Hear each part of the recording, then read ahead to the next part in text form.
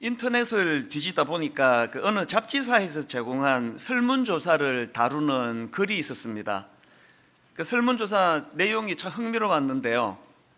그 질문이 뭐냐 하니까 당신은 일상생활에서 마음이 상할 때 그것을 어떻게 푸십니까? 이런 질문이었습니다.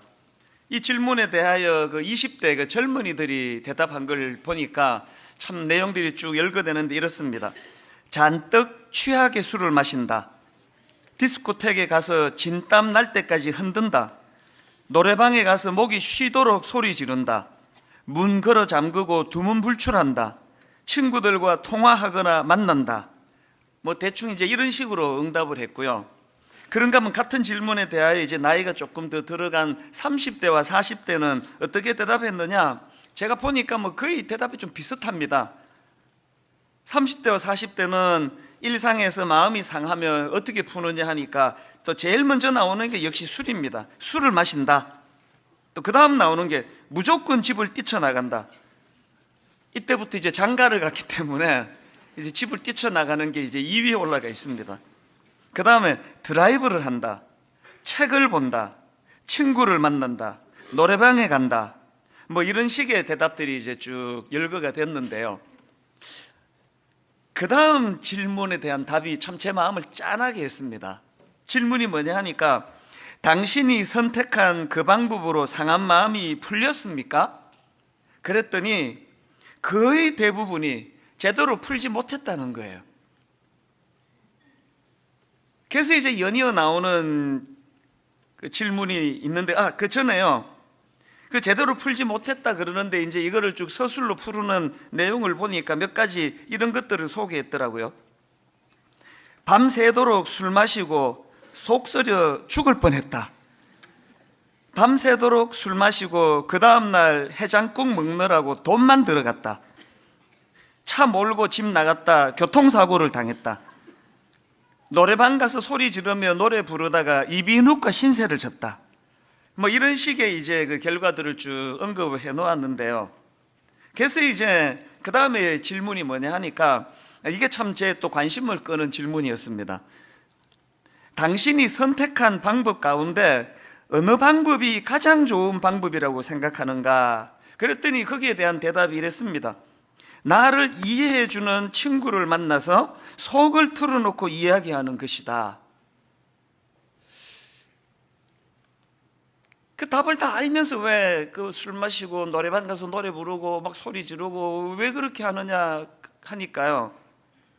그 다음 질문 때문이에요.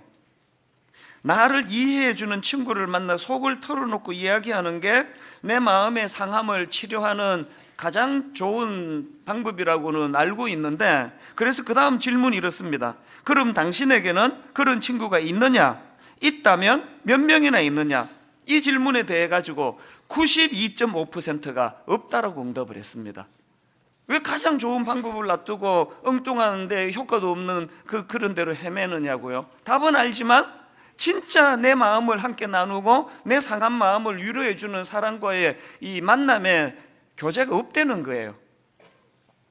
이게 참 마음이 아팠습니다. 사실 이 글을 보면서 어느 목사님의 그 설교에서 인용된 그 내용이었는데요. 제가 이게 한참을 이 내용이 제 머리에 머무는 겁니다. 이 설문조사 결과에는 이 시대를 살아가는 현대인들의 피곤함, 그리고 또 그 피곤함을 풀지 못하는, 그래서 힘들어하는 현실, 뭐 이런 것들이 다 녹아 있는 거 아닙니까? 오늘 초대되어 오신 분들에게도 저는 똑같은 질문을 드리고 싶습니다. 여러분은 여러분의 일상에서 마음이 상할 때 그거 어떻게 푸십니까? 이런 고민을 안고 살아가는 현대인들에게 저는 참 중요한 성경 말씀이 한 구절 있다고 믿는데요. 그게 이사야 40장 30절 31절입니다. 오늘 본문이 40장인데 맨 끝에 나오는 말씀이에요. 소년이라도 피곤하며 곤비하며 장정이라도 넘어지며 쓰러지되 오직 여호와를 앙망하는 자는 새 힘을 얻으리니 독수리가 날개치며 올라간 같을 것이요 다른 박질하여도 곤비하지 아니하겠고 걸어가도 피곤하지 아니하리로다. 새 번역으로는 좀 더 생생하게 번역을 했는데요. 비록 젊은이들이 피곤하여 지치고 장정들이 맥없이 비틀거려도 오직 주님을 소망으로 삼는 사람은 새 힘을 얻으리니 독수리가 날개를 치며 솟아오르듯 올라갈 것이요 뛰어도 지치지 않으며 걸어도 피곤하지 않을 것이다. 저는 이 말씀 안에서 현실적으로 발견하는 두 부류의 사람들이 이 안에 담겨 있다고 보는데요. 한 부류는 어떤 인생입니까? 30절밖에 없는 인생이에요. 30절이 뭐였죠? 소년이라도 피곤하며 곤비하며 장정이라도 넘어지며 쓰러지되 끝. 이것밖에 없는 인생이에요. 그럼 맨날 피곤한데 풀 데가 없는 거예요. 그런가 하면은 오늘 본문 안에 저는 또 다른 한 부류의 사람을 만나는데요. 똑같이 30절이 있습니다. 늘 피곤하고 지치고 맥없이 비틀거리고 그렇게 살지만 뭐 참 어떻게 이걸 뭐 피할 길이 없는 인생, 누구라서 이 30절을 피하겠냐고요. 그런데 두 번째 부류의 인생의 강력한 특징이 뭐냐? 복구력. 자, 31절을 보십시오. 독수리가 날개치며 올라간 같을 것이요 다른 박질하여도 곤비하지 아니하겠고 걸어가도 피곤하지 아니하리로다. 지금 이 30절 31절에 나오는 두 부류의 인생 중에 공통점은 모두가 다 피곤해요. 뭐 누구라서 안 피곤합니까? 모두가 지금 비틀비틀 인생을 걸어가고 있는 세상살이를 사는데, 그런데 이 두 부류의 차이점이 뭐라고요? 하나는 한 번 그렇게 어려운 일을 만나면 복구가 잘 안 돼, 복귀가. 그런데 또 다른 한 부류는 복구력이 있습니다. 금방금방 회복되고 금방금방 일어나는 그런 부류의 사람이 있습니다. 아마 오늘 여기 참석하신 분들, 이게 의자가 다 있어서 어려운데요. 이게 지금 마룻바닥이라고 치면은요, 자, 한번 다 일어나 보세요. 이제 여러분들 중에 이렇게 금방금방 복구가 되고 또 회복이 되고 치유가 되는 사람은 이쪽으로 서시고, 그냥 술을 마셔봐도 노래방 가서 소리를 불러봐도 이렇게 저렇게 인생의 어려움 때문에 마음이 상해 있는 걸 도대체 풀 데가 없습니다. 그런 분들은 이쪽으로 한번 서보세요. 그러면요, 92%가 이쪽에 서는 거 아닙니까? 통계로 말하면 8%만 이쪽에 서는 거 아닙니까?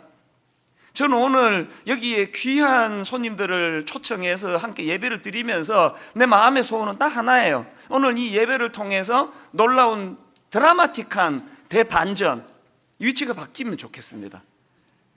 나도 피곤하고 나도 힘들고 나도 우울하고 또 마음이 그렇게 어지러울 때가 참 많지만, 이 교회를 다녀가고부터 나는 이제 금방금방 회복이 되더라고요. 정말 이상하게도 신기하게도. 그래서 이 복구력을 가진 분이 92%. 참 어려움 속에 있는 분들은 여전히 복구가 안 되는 분 한 8% 이렇게 대반전이 일어나면 좋겠다는 그런 마음의 소원을 가지고 제가 오늘 이 본문 말씀을 준비를 했거든요. 그래서 오늘 이런 각도로 오늘 이 본문을 좀 살펴보려고 하는데요. 이제 오늘 이 본문 말씀의 그 배경이 이렇습니다. 이 이사야 40장의 배경은 지금 이스라엘 백성들이 그 범죄함으로 하나님께 징계를 받고 바벨론에게 망합니다, 나라가. 그리고는 그 귀한 백성들이 지금 바벨론의 그 적국의 나라에 포로로 끌려가 있는 상태예요. 오래 지금 포로 생활로 지쳐 있고 또 신음하고 있는 그 상태에 있는 이스라엘 백성들에게 하나님께서 위로의 말씀을 주시고 예언의 말씀을 주시는 게 오늘 본문의 말씀이에요. 그래서 지난주 살펴본 것처럼 이사야 40장 1절에 보니까 너희의 하나님이 이르시되 너희는 위로하라, 내 백성을 위로하라, 그렇게 위로의 말씀을 선포하고 바로 연이어 나오는 2절에서 이런 말씀이 나옵니다. 너희는 예루살렘의 마음에 닿도록 말하며 그것에게 외치라. 그 노역의 때가 끝났고 그 죄악의 사함을 받았느니라. 무슨 뜻입니까? 이제 곧 해방될 거라는 거예요. 지난주 말씀드렸죠? 하나님의 위로는요, 그 은발의 오줌 누는 위로가 아니에요. 뭐 잠깐 요 위로가 될 듯 말 듯 하다가 소용없는 그런 위로가 아니라 대안을 갖고 계시는 위로예요. 글쎄요, 이런 말씀이 그 자기에게 들려졌다 했을 때 그 이스라엘 백성들의 그 위로받는 건 뭐 이런 말로 다 못했을 겁니다. 그런데 중요한 게 뭐냐, 이런 말씀을 이제 쭉 앞쪽에서 선포를 하고 언급을 했는데 9절에 보니까 하나님이 뭘 강조하시느냐? 아름다운 소식을 시온에 전하는 자여, 너는 높은 산에 오르라. 아름다운 소식을 예루살렘에 전하는 자여, 너는 힘써 소리를 높이라. 두려워하지 말고 소리를 높여 유다의 백성들에게 이르기를 너희의 하나님을 보라 하라. 이 말씀의 의미를 지난주에도 살펴봤는데, 이 뭘 의미합니까? 지금 이스라엘 백성들이 그 포로 생활 가운데 있는 현실을 힘들어하기 때문에 오매불망 기다리는 거는 해방이에요. 해방. 집으로 돌아가는 거예요. 다시 귀환하는 거예요. 그러니까 이제 막 모든 관심이 이제 이 포로로부터 풀려나 귀환하는 거라고 하는, 거기에 있는 초점이 거기에 가 있는 그들에게 하나님이 뭘 상기시켜 주기를 원한다고요? 지난주에 살펴본 것처럼 세 번역으로는 이게 여기에 너희의 하나님이 계신다. 또 영어 NIV 성경으로 보니까 Here is your God 이렇게 돼 있더라고요. 뭘 상기하라고요? 그 결과물인 이제 해방이 돼가지고 포로 생활을 끝내고 집으로 가는 그것도 너무나 중요하지만 더 근원적으로, 더 본질적으로 그 일이 어떻게 가능하게 된지에 대한 생각을, 초점을 흐리면 안 된다는 거예요. 그게 바로 여기에 너희의 하나님이 계신다. Here is your God. 제가 앞에서 그 설문조사 말씀을 드리지 않았습니까? 일상에서 마음이 상할 때 그걸 풀 수 있는 방법이 없어 힘들어하는 그것도 문제지만 왜 못 푸느냐 했을 때 나를 이해해주는 그런 대상을 만나서 속을 털어놓고 그걸 함께 나눌 사람이 없어서, 이것도 참 그 가슴 아픈 이야기 아닙니까? 그 이런 맥락으로 제가 오늘 이 본문 말씀 여기에 너희의 하나님이 계시다, 또 Here is your God이라고 하는 그 상기시켜 주시는 그 초점이 결과물보다 중요한 게 그것을 가능하게 하신 하나님을 주목해야 된다는 이 말씀을 제가 읽으면서 그 신약의 사건 하나가 떠올려졌습니다. 여러분도 다 아시는 유명한 사건인데요, 사도행전 3장에 보면은 예수님의 제자 그 사도 베드로와 요한이 이제 성전으로 이제 기도하러 가는 중인데요, 성전 문 앞에서 구걸하는 장애인을 만납니다. 사도행전 3장 3절부터 5절입니다. 그가 베드로와 요한이 성전에 들어가려 함을 보고 구걸하거늘 베드로가 요한과 더불어 주목하여 이르되 우리를 보라 하니 그가 그들에게서 무엇을 얻을까 하여 바라보거늘, 그가 그들에게서 무엇을 얻을까 하여 바라보거늘, 오늘 본문으로 빗대 말씀을 드리자면 온통 지금 포로 해방, 이제 나는 이제 해방되어 조국으로 되돌아가는 거, 이것만 지금 집중하고 있는 같은 상황이에요. 그 거지 입장에서 이제 배가 고프기 때문에 그 동전 두 입, 자기 배를 이제 채워줄 수 있는 동전 한 입 두 입이 저 주머니 안에 들어있다는 것 때문에 그걸 주목하고 있는 거예요. 그렇게 집중해서 지금 얻어낼 동전에게 마음을 쓰고 있는데 베드로가 선포한 게 6절입니다. 베드로가 이르되 은과 금은 내게 없거니와 내게 있는 이것을 내게 주노니 나사렛 예수 그리스도의 이름으로 일어나 걸으라 하고, 뭘 상기시킨 겁니까? 오늘 본문으로 말하자면 Here is your God. 네가 집중해야 되는 거는 은과 금, 그 한 끼 끼니를 때우는, 그래서 그 문제가 해결되는 그것으로서가 아니라 그 일이 가능하다고 하는 근원적인 것, 예수 그리스도의 이름, 이쪽으로 지금 시선을 옮기고 있는 거거든요. 제가 이 구절이 왜 지난주에 떠올라졌냐 하면은요, 이 베드로의 이 선포가 가져다 준 놀라운 두 가지 결과 때문이에요. 어떤 결과가 일어났습니까? 첫 번째는요, 근원적으로 문제가 해결이 됐습니다. 근원적인 문제 해결. 자, 3장 7절을 다시 보십시오. 오른손을 잡아 일으키니 발과 발목이 곧 힘을 얻고, 여러분 그 던져주는 동전 한 푼으로는요 근원적인 문제 해결이 안 됩니다. 잠깐 그 배를 또 뭐 채울지는 모르지만 인심 좋은 그런 분을 만나면 뭐 한 두 끼까지는 해결이 될지 모르지만 그 근원적인 해결이 아니에요. 그런데 베드로가 선포한 예수 그리스도의 이름은 근원적인 문제를 해결해 준 거 아닙니까? 발과 발목이 곧 힘을 얻고, 그 다음에 제가 주목하는 건 두 번째예요. 그 선포가 가져다 준 능력이 뭡니까? 기쁨을 회복시키기. 희열. 이 희열이 회복이 됐다는 겁니다. 8절, 뛰어서서 걸으며 그들과 함께 성전으로 들어가면서 걷기도 하고 뛰기도 하고 하나님을 찬송하니, 혹시 여러분 이런 그 희열을 맛본 게 언제적인지 기억이 나세요? 언제 이런 희열? 그래서 막 너무 기쁘니까요, 체면이 없어지는 거예요. 이 사람들이 뭐 나보고 좀 미친놈이라 그러면 어떡하지? 이런 거 다 없어지고 막 걷기도 하고 뛰기도 하고 막 깡충깡충 뛰면서 막 그 감격이 어떻게 주체가 안 되는 기쁨이 지금 흐르고 있거든요. 여러분 이런 때가 있으셨어요? 생각해 보니까 저도 몇 번 있었더라고요. 저는 1987년도에 이제 그 83년에 이민 가가지고 4년 반 뒤에 이제 미국에서 대학을 졸업하게 됐는데요. 사실 이제 뭐 제 실력으로는, 영어 실력으로는 미국 대학을 졸업한다는 건 이거는 뭐 거의 좀 기적에 가깝다는 생각을 하면서 공부를 한 사람이에요. 그렇게 고생해가지고 이제 그 87년 그때가 5월인가 6월인가 이제 학적고에 가가지고 이제 학점 조건 이걸 다 살펴보고 나서 그 여직원이 그 장면이 잊혀지지가 않아요. 그 87년 일인데도요. 축하한다고, 졸업하게 됐다고, 졸업 학점이 다 채워졌다고, 그 이야기를 들었을 때 오늘 여기 나오는 장애인하고 똑같이 그랬습니다. 이게 억눌러지지가 않더라고요. 그래서 제가 그때 이제 한 10만 마일 이상 그 차를 탄 2,000불 주고 산 이제 그 조그마한 차인데요. 그 디젤인데 저는 그 차만 생각하면 난 미국 사람들한테 미안해요. 굉장히 미안해요. 그때는 내가 너무 형편이 안 좋았기 때문에 뭐 환경 오염 이런 데까지 신경 쓸 겨를이 없어가지고요. 그 디젤 차 한 10만 마일 이렇게 뛰고 나니까요. 이제 차 시동 걸고 악셀레터를 밟으면 차가 안 나가고 뒤에 연기만 나와요. 근데 진짜 미안합니다. 고속도로로 달리다 보면은 막 연기가 뿜어져 나오고 그랬던 게 기억이 나거든요. 그 차를 몰고 이제 그 고속도로에서 학교에서 집까지 고속도로를 타고 가는데 차 안에서요, 진짜 이 그대로예요. 걷기도 하고 뛰기도 하고 하나님은 찬송했다는 이게 딱 저예요. 막 억제가 안 되더라고요. 막 심장이 터질 것 같더라고요.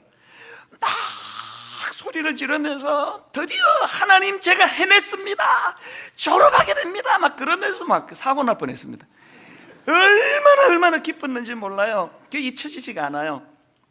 그런가 하면은 또 내 생애에 잊혀지지 않는 그런 희열을 맛본 적이 또 하나 있는데, 장가 갈 때 계속 결혼은 안 되고 선봐도 잘 안 되고 이게 뭐 하나님이 이게 독신 연사를 주셨나 왜 이러시나 막 그렇게 괴로워하던 즈음에 제 아내를 만나가지고, 고맙게도 저보다 7살이나 어린 그 여인이 저랑 결혼하겠다고 그렇게 선포를 하실 때, 만났을 때는 내가 내색을 안 했지만 그 집에다 데려다 주고 가면서 막 그 희열에 벅차가지고 막 걷기도 하고 뛰기도 하고 하나님을 찬양하면서 그렇게 막 너무너무 감격에 넘쳤던 적이 기억이 나거든요.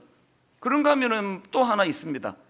제가 오카노 목사님 밑에서 막 너무너무 같이 목사님 밑에서 배우고 싶은데 뭐 경쟁은 치열하고 나 같은 촌놈이 뭐 이거 뭐 뽑히겠나 뭐 그러면서 그것도 저는 또 그때 이미 신학교 3학년이었는데 1학년 중에 뽑는다 그러는데 막 이력서 냈는데 우여곡절 끝에 마지막 전화가 온 거예요. 이찬수 전도사 축하합니다, 우리와 함께 일하게 됐습니다. 진짜 기뻤어요. 말로도 할 수 없이 막 가슴이 터질 것 같이 기뻤단 말이에요. 그래서 제가 이 본문을 준비하면서 내가 너무너무 기뻤던 그 순간들을 쭉 되돌아보니까 또 하나 있네요. 삼수하던 우리 딸 대학 합격 발표 나던 날 진짜 기뻤습니다. 더 이상 학원비 안 대줘도 되는구나. 제가 이렇게 기뻤던, 희열이 넘치던, 걷기도 하고 뛰기도 하면서 그렇게 찬양했던 순간들이 여러 번 있었는데요, 발견한 공통점이 뭔지 아세요? 그 당시는 막 심장이 터질 것 같이 기뻤는데요, 기쁨이 며칠 안 가더라고요. 그게 오늘 그 거지가 주목하고 있는 동전 한 푼 두 푼 같은 거기 때문이에요. 제가 뭐 결국은 대학을 졸업하지 못했다 한들, 결국은 뭐 제가 오카노 목사님 밑으로 못 들어가게 됐다 한들, 그게 뭐 저에게 뭐 그렇게 치명적으로 저를 문제 삼게 하는 거는 아닌 거 아닙니까? 역으로 똑같이 그렇게 원하던 일들이 일어나 가슴이 터질 것 같았지만 기쁨이 그렇게 영구적이진 않더라는 거예요. 그래서 제가 이것들을 쭉 돌아보니까요, 정말 내 가슴 속에 지속적으로 감동이 식어가나 하면 또 회복이 되고, 이제 감동이 식었나면 또 살아나는 게 1983년 미국 가서 죽을 고생하는 가운데 주님이 나를 인격적으로 만나주시고 날 구원해 주신 십자가 사건을 통해 내가 변화되었다, 내 영혼은 이제 구원받았다, 그 주님을 만난 그 사건이야말로 40년 가까이 지나가는 오늘에게까지 변치 않는 기쁨이 되더라는 거예요. 이게 나사렛 예수 그리스도의 이름으로예요. 저는 오늘 이런 맥락에서 이제 이 본문 말씀에서 선포되는 여기에 너희의 하나님이 계시다, Here is your God, 왜 9절의 말씀을 너희들이 상기해야 된다고, 그렇게 이것을 외쳐야 된다고, 선포해야 된다고 그렇게 말씀하시는가? 여러분, 제가 앞에서도 말씀드렸지만 이 이사야서 40장 본문의 배경은 이제 현실적으로 포로 생활에 지쳐있던 이스라엘 백성들이 이제 곧 해방될 것이라고 하는 그것을 선포하는 예언의 말씀이지만요, 그런데 여러분, 오늘 본문에서의 예언은 이중적인 의미를 가진 예언의 그 뜻만 있는 게 아닙니다. 이걸 좀 살펴보면서 이제 이 두 가지가 우리 안에 어떻게 조화롭게 자리를 잡도록 할 것인가, 이 문제를 좀 풀어나가고 싶은데요. 자, 첫 번째로 오늘 그 본문에 예언되는 말씀들이 이중적인 성격을 가졌다면 본문에서 발견되는 이중적인 예언의 그 첫 번째 의미가 뭐냐? 아까 말씀드린 그대로 현실적인 포로 해방이에요. 이게 그들에게 얼마나 벅찬 감격입니까? 니들이 범죄한 것 때문에 나라가 망했고, 니들이 범죄한 것 때문에 지금 남의 나라에 포로로 끌려갔는데 죽을 때까지 비참하게 죗값을 치르다가 인생을 끝내라, 너희들은 그렇게 살게 돼 있다, 이렇게 선포하지 않으시고, 아까 읽어드렸잖아요, 2절에 그 노역의 때가 끝났고 그 죄악이 사함을 받았느니라. 이 선포가 오늘 본문에 담겨져 있는 예언의 첫 번째 의미라니까요. 이게 저에게도 왜 이게 이렇게 의미가 되는지 아세요? 오늘 이 땅을 살아가는 저와 여러분 모두가 다 지금 억압과 눌림과 중독의 상태 아닙니까? 어딘가에는 지금 포로로 지금 그렇게 우리의 영혼이 지금 붙잡혀 있는 거 아닙니까? 제가 이 설교를 준비하느라고 여기저기 자료를 찾아보니까요, 지금 우리나라 젊은이들 20대 30대 그 도박 중독, 이게 지금 점점 급증한대요. 심지어는 10대까지도 지금 인터넷으로 그 도박 중독에 자꾸 지금 노출이 된다는 거예요. 중독이 뭐예요? 포로 아닙니까? 포르노 중독? 그 포르노의 포로 아닙니까? 그 장가도 간 남자가 그 포르노 보고 있는 게 너무 자기가 그 용납이 안 되는 민망한 일인데 그 왜 못 끊습니까? 포로예요, 포로. 담배 그렇게 매년 결심을 해서 지금 50번째 결심을 하는데도 여전히 못 끊고 있는 건 그게 포로예요, 포로. 내가 끊겠다고 해서 걔가 허락을 안 해요. 그 중독이 그런 거 아닙니까? 여성가족부에서 나온 자료를 보니까요, 그 올해 학년 전환기 청소년, 그러니까 초등학교 4학년부터 고등학교 그러니까 전환기니까 초등학교 4학년, 또 중학교 1학년, 고등학교 1학년, 이렇게 각 1학년에 해당되는 우리나라 청소년들이 129만 1546명이래요. 그런데 제가 놀랐던 게요, 우리나라 전환기의 청소년 129만 1546명 중에서 인터넷 중독에 빠진 애들이 14만 421명이래요. 10%가 넘습니다. 이 포로 아닙니까? 부모가 그렇게 지금 네 나이 때 공부 안 하고 그 인터넷만 뒤지고 있으면 큰일 난다고 아무리 이야기를 하고 또 그때는 듣는 것 같아도 못 헤어나오는 거 왜 그렇습니까? 그게 포로가 되는 거예요, 포로가. 제가 보니까 이런 내용을 다룬 그 기사에서 그 4살 아들을 둔 젊은 엄마의 고민이 거기에 있더라고요. 이렇게 이제 기사를 제가 봤습니다. 그 4살 아들을 둔 젊은 엄마의 고민이 이렇습니다. 아이가 유튜브 영상을 찾으면 울 때마다 걱정이다. 왜냐하면 유튜브 영상을 찾아서 켜주면 아이는 거짓말처럼 울음을 뚝 그치고 조용해진다. 4살 먹은 애가 지금 벌써 포로예요, 포로. 유튜브 영상의 포로예요. 그래서 이거 엄마가 안 켜주면은 안절부절하고 막 그냥 어쩔 줄 몰라 하고 밥도 안 넘어가고, 엄마가 그거 딱 켜줘야 안정을 찾게 만드는 게, 이게 벌써 4살 때부터 지금 포로 아닙니까? 이 포로. 이거는 우리들의 현실이라는 거예요. 그래서 여러분, 이게 오늘 이 땅을 사는 우리와 우리 자녀들의 현실적인 고민인데요, 복음은, 또 하나님은 그 바벨론의 포로로 끌려간 이스라엘 백성들을 현실적으로 해방시켜 주시듯이 우리들의 삶 가운데도 이 현실의 문제를 개입하시고 현실의 문제를 풀어주시는 능력이라는 거예요. 그래서 저는 제 인생을 바꾸어준 성경 말씀 구절이 무지 많은데요, 그 중에 하나가 요한복음 8장 32절입니다. 그러므로 예수께서 자기를 믿는 유대인들에게 이르시되 너희가 내 말에 거하면 참으로 내 제자가 되고 진리를 알지니, 그 다음 보세요, 진리가 너희를 자유롭게 하리라. 저를 살려준 말씀이에요. 이스라엘 백성들의 현실적인 그 포로 생활을 풀어 해방시켜 주시는 그 하나님의 능력으로 오늘 저와 여러분을 자유인이 되게 하셨대요. 자유인. 저는요, 자유인이에요. 저는 이 말씀으로 말미암아 완전한 자유인이에요. 저는 죄되는 일이 아니라면 어떤 것도 저를 얽매이지 않습니다. 누구도 저를 그렇게 못합니다. 사실 분당 우리 교회 담임 목사로 살아가는 거 쉬운 게 아니에요. 들여다보는 눈이 너무 많고요, 뭐라고 간섭하는 사람도 너무 많고요, 사실 좀 피곤해지기 쉬운 위치예요. 그러나 저는 완전한 자유인이에요. 주중에 저는 혼자서 영화 보러도 잘 가고요, 여기 이거 서현역에 있는 영화관에 가면 성도 한두를 꼭 만나거든요. 개의치 않아요. 어떨 때 한 주에 2번 간 적도 있습니다. 사단이 저를 계속 억박하는 그 속삭임이 뭘까요? 성도들이 맨날 혼자 영화 보러 가는 거 보면은 저 목사가 말이야 성경을 안 읽고 영화만 보더라고. 내 극장 갈 때마다 있더라. 그러면서 막 글 올리고, 그러면 어떡하려고 그러느냐, 그런 눌림을 저에게 주시면 저는 자유인이에요. 죄되는 거 아니면요. 그리고 또 그 영화관에서 자꾸 한 달에 표를 5장이나 주는데 어떡합니까? 저는 혼자 밥 먹으러도 잘 가고요, 교육자들하고도 잘 가고요.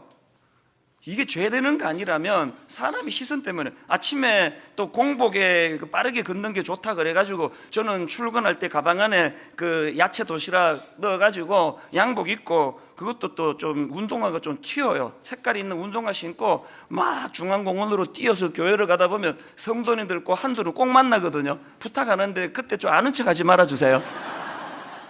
운동화 신고 담임 목사가 가방 들고 막 그렇게 뛰어가다가 성도를 만나면 이게 체면이 뭐야 막 그러면서 저를 그렇게 얽매지 않아요. 저한테 무슨 체면이 있습니까? 조용히. 난 자유인이에요. 강조합니다. 죄되는 거 아니고는 저는 어떤 것도 저는 제한하지 않습니다. 하나님께서, 예수 그리스도께서 우리에게 진리를 알지니 진리가 너희를 자유롭게 하리라, 그 일을 위하여 내가 십자가 지셨다 그러는데, 오늘날 교회가 지금 문제가 많다고 느끼는 여러 요인 중에 하나가 이 자유롭지 않은, 자기도 윽박 구속하고 상대방에 대해서도 뭔 간섭이 그렇게 많습니까? 그게 죄되는 일도 아닌데 뭔 수군거림이 그렇게 많으냐고요. 남의 옷차림은 왜 그렇게 신경 쓰세요? 자기 옷차림만 신경 쓰지. 자유예요, 자유. 죄되는 일만 아니라면.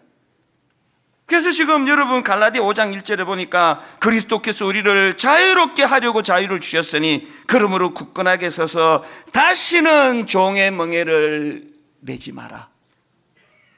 죄로부터는 자유예요, 자유. 죄로부터 유혹의 자유. 그리고 모든 내 일상생활에서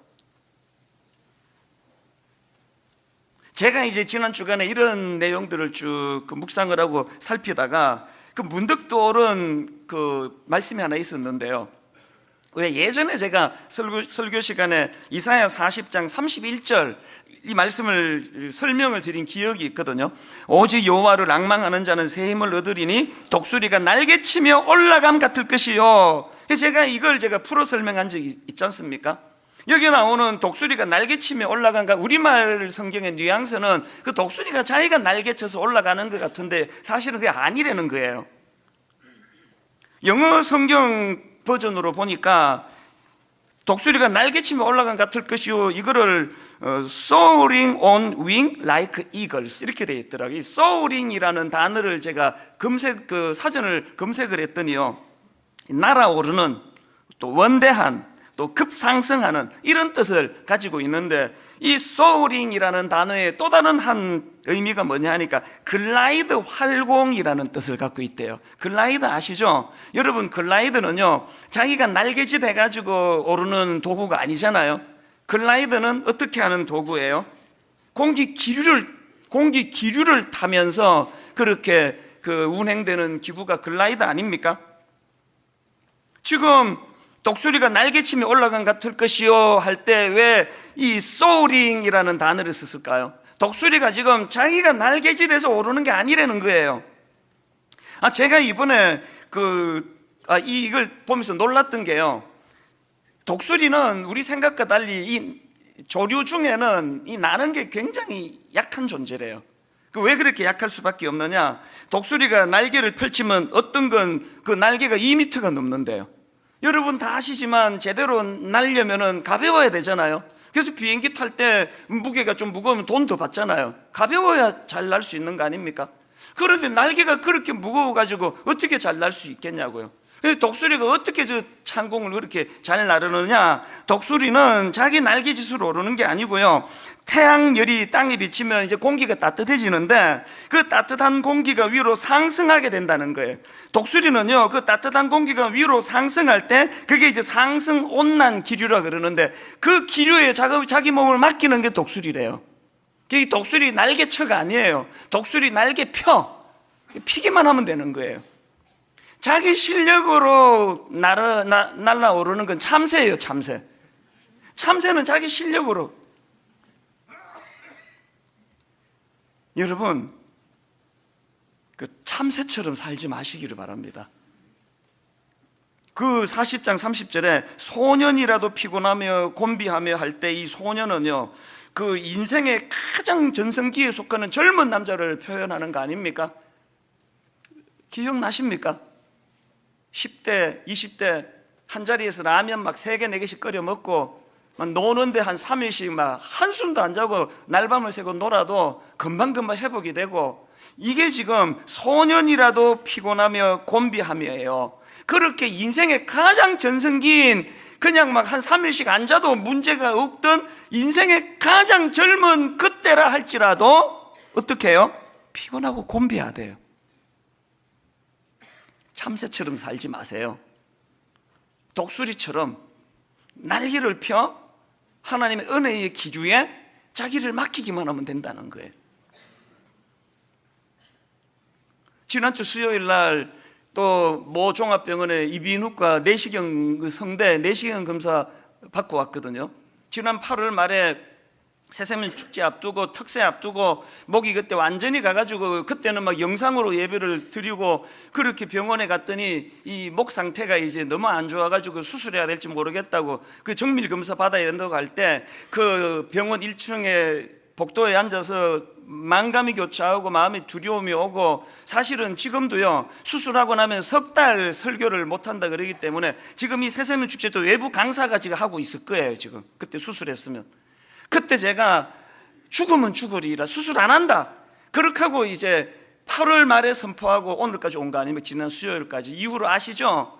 소리 지르 특세하고 새샘일 축제하고 틈틈이 또 지방 내려가서 또 설교하고 그렇게 목 쉴 새 없이 왔고, 더 중요한 거 특세 이틀째인가 3일째인가 열받아가지고 병원에 제조한 약 다 끊어버렸거든요.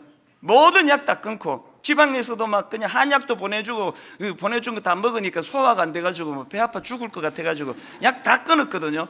그리고 병원에 가서 내시경 검사 지난 수요일이 너무 궁금했습니다. 하나님의 절묘한 진단이 나왔습니다. 절묘한. 놀랍게도요 분명히 지금 내 이 소리가 좋아졌는데 그 결절이 아직도 있대요. 안 없어졌대요. 또 놀라운 거, 근데 수술은 안 해도 된대요. 작아졌대요. 아니 그때부터 제가 목 안 쉬고 계속 무리하게 질렀는데 이게 왜 수술 안 해도 되는 거 작아졌을까요? 그리고 왜 그 성대에 있는 그 결절은 아직도 있어야만 할까요? 하나님은 겸손케 하시고 또 하나님은 여전히 일하고 계신다는 걸 글쎄요 뭐 우연히 그렇게 됐는지 모르겠지만 저는 신앙으로 그렇게 고백합니다. 그 진단을 받을 때 Here is my God, 하나님이 나와 함께하고 계시기 때문에.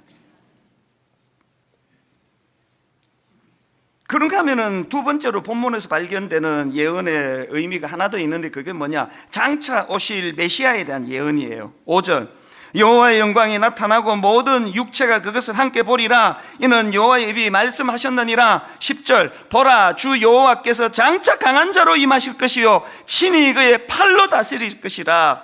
이게 포로로부터 해방하도록 도와주시는 하나님의 은혜에 대한 메시지이기도 하지만 오실 메시아 예수 그리스도의 예언이에요. 여러분, 이 예언 중에 1번만 강조하면요, 그래서 현실적으로 어려운 문제가 해결이 되고 중독이 풀려지고 뭐 상처가 낫고 성대가 고침받고 이것만 강조하면요, 우리는 배부른 돼지 같은 종교예요. 이게 오늘 대형교회, 저 같은 교회 목사들이 일으키는 수많은 무리에 대해서 여러분 진짜 제가 머리 숙여 사과합니다. 죄송합니다. 변질된 모습이에요. 우리가 믿는 신앙은 그런 배부른 돼지 만드는 종교가 아니에요. 그런가 하면 현실의 문제는 전혀 무시하고 장차 죽으면 천국 간다 이것만 강조하는 그런 교회라고 한다면 그건 뜬구름 잡는 종교예요. 아무 의미 없습니다. 이 둘의 조화예요. 오늘 여기 계시는 하나님, 이 성대 하나조차도 외면하지 않으시고 저의 유익을 위해서도지만 이런 큰 집회와 행사에 지장받지 않도록 세밀하게 간섭하시는 하나님, 또 그런가 하면은 현실에 함몰되지 않도록 꿈꾸게 하시고 오실 주님을 기다리게 하시고 소망하도록 하시는 것, 이 두 가지가 조화가 이루어지고 있다면 건강한 신앙이에요. 오늘 분당 우리 교회 성도들이 이 두 가지 잣대로 자기의 신앙을 점검해 보시기를 바랍니다. 여러분 마틴 루터킹 목사 다 아시죠? 1963년 8월 28일 워싱턴 평화대행진 됐던 그 명연설, 나에게는 꿈이 있습니다. 언젠가는 조지아주의 붉은 언덕에서 노예의 후손과 노예 주인의 후손들이 형제의 식탁에 함께 둘러앉는 날이 오리라는 꿈을 꿉니다. 나에게는 꿈이 있습니다. 내 아이들이 피부색이 아니라 인격에 따라 평가받는 그런 나라에 살게 되는 날이 오리라는 꿈입니다. 옛날에 그 고등학교 때 성문종합 영어 막 100개 가지고 외우던 기억나십니까? 명연설 중에 명연설. 그런데 여러분, 루터킹 목사님이 이 명연설이 오늘 본문 이사야 40장을 배경으로 썼다는 건 아십니까? 오늘 나에게는 꿈이 있습니다. 어느 날 모든 계곡이 높이 솟아오르고 모든 언덕과 산은 낮아지고 그친 곳은 평평해지고 굽은 곳은 곧게 펴지고 하나님의 영광이 나타나 모든 사람이 함께 그 광경을 지켜보는 꿈입니다. 믿음은 말도 안 되는 꿈. 여러분, 그 당시에 그 흑인들이 인간 취급이 안 되는 상황인데 어떻게 시커먼 피부를 가진 내 아이가 백인들의 손을 잡고 조지아주 언덕을 거닌다는 이런 꿈을 꿀 수가 있느냐고요. 제가 언젠가 아틀란타를 방문했을 때 그 루터킹 목사님의 I have a dream이라는 그 연설이 떠올라서서 얼마나 내가 마음이 벅찼는지 모릅니다. 절대로 이루어질 것 같지 않던 그 꿈을 하나도 남김없이 허락해 주시고 이루어 주시는 하나님, 흑인 대통령까지 배출이 되는, 여러분 신앙은 메시아를 기다리는 거예요. 꿈을 꾸는 거예요. 절대로 이 문제는 해결되지 않을 것 같은 그 문제를 가지고 I have a dream. 결론을 이렇게 맺기 원합니다. 여러분, 초대교회에 그렇게 핍박이 많던 그 초대교회 성도들이 그 어마어마한 네로 황제를 위시한 그런 끔찍한 핍박을 견디게 만든 힘이 어디서 나왔는지 아십니까? 성경의 맨 마지막에 이렇게 끝납니다. 요한계시록 22장 20절, 이것들을 증언하는 이가 이르시되 내가 진실로 속히 오리라 하시거늘 아멘. 주 예수여 오시옵소서. 주 예수의 은혜가 모든 자들에게 있을지어다. 아멘. 21절로 끝나는 게 성경이에요. 여기 나와 있는 아멘 주 예수의 오시옵소서. 이거는 아람어로 마르나타를 번역해 놓은 거예요. 죽을 것 같은 현실의 고통 속에서도 오실 메시아, 한 번 하신 약속은 시건치 않아 하시는 그 하나님께서 다시 땅에 메시아를 보내주실 것이라고 말씀하셨다는 그 소망, 그 꿈, 여러분, 저와 여러분도요, 이 두 가지의 오늘 그 예언의 의미, 현실의 중독을 포함한 억압된 우리 가슴 아픈 이 문제들을 풀어주시는 하나님, 그런가 하면 꿈꾸게 하시는 하나님, 더 중요한 것, 메시아를 소망하게 하시는 그 하나님, 이 조화를 잘 갖춘 건강한 신앙인, 또 오늘 초대받아 오신 손님들 되시기를 주님 이름으로 축복합니다. 오늘도 찬양 하나 불러드릴까 하는데요, 이 찬양은 그 TV 같은 데서도 종종 나오기 때문에 아마 귀에 익으실 것 같습니다. 내 영혼 지치고 You Raise Me Up이라는 찬양을 불러드릴 텐데 한번 가사를 가만히 한번 주목해 보시기 바랍니다. 우리 같이 찬양하시겠습니다. 여러분 다 아시겠지만 지금 그 방탄소년단이라고 하는 우리나라 그 젊은 남성들로 구성된 이 그룹이 세계적으로 지금 난리가 났습니다. 얼마나 놀랄 일들이 많은지, 유엔 총회에서 연설을 하고, 또 그저께는 보니까 미국의 그 시사주간지 타임지 표지를 장식하고, 그리고 지금 미국과 유럽을 돌면서 그 투어 공연을 하고 있는데, 지난주 월요일 날 제가 뉴스를 보니까 정말 이건 놀랍다는 말로도 설명이 안 될 정도더라고요. 뉴욕의 또 그 장소 대여는 그냥 미국 가수도 아무나 빌려주는 데가 아니래요. 그러니까 아주 톱 가수들만 쓸 수 있는 그 장소에서 4만 명이 모였는데요.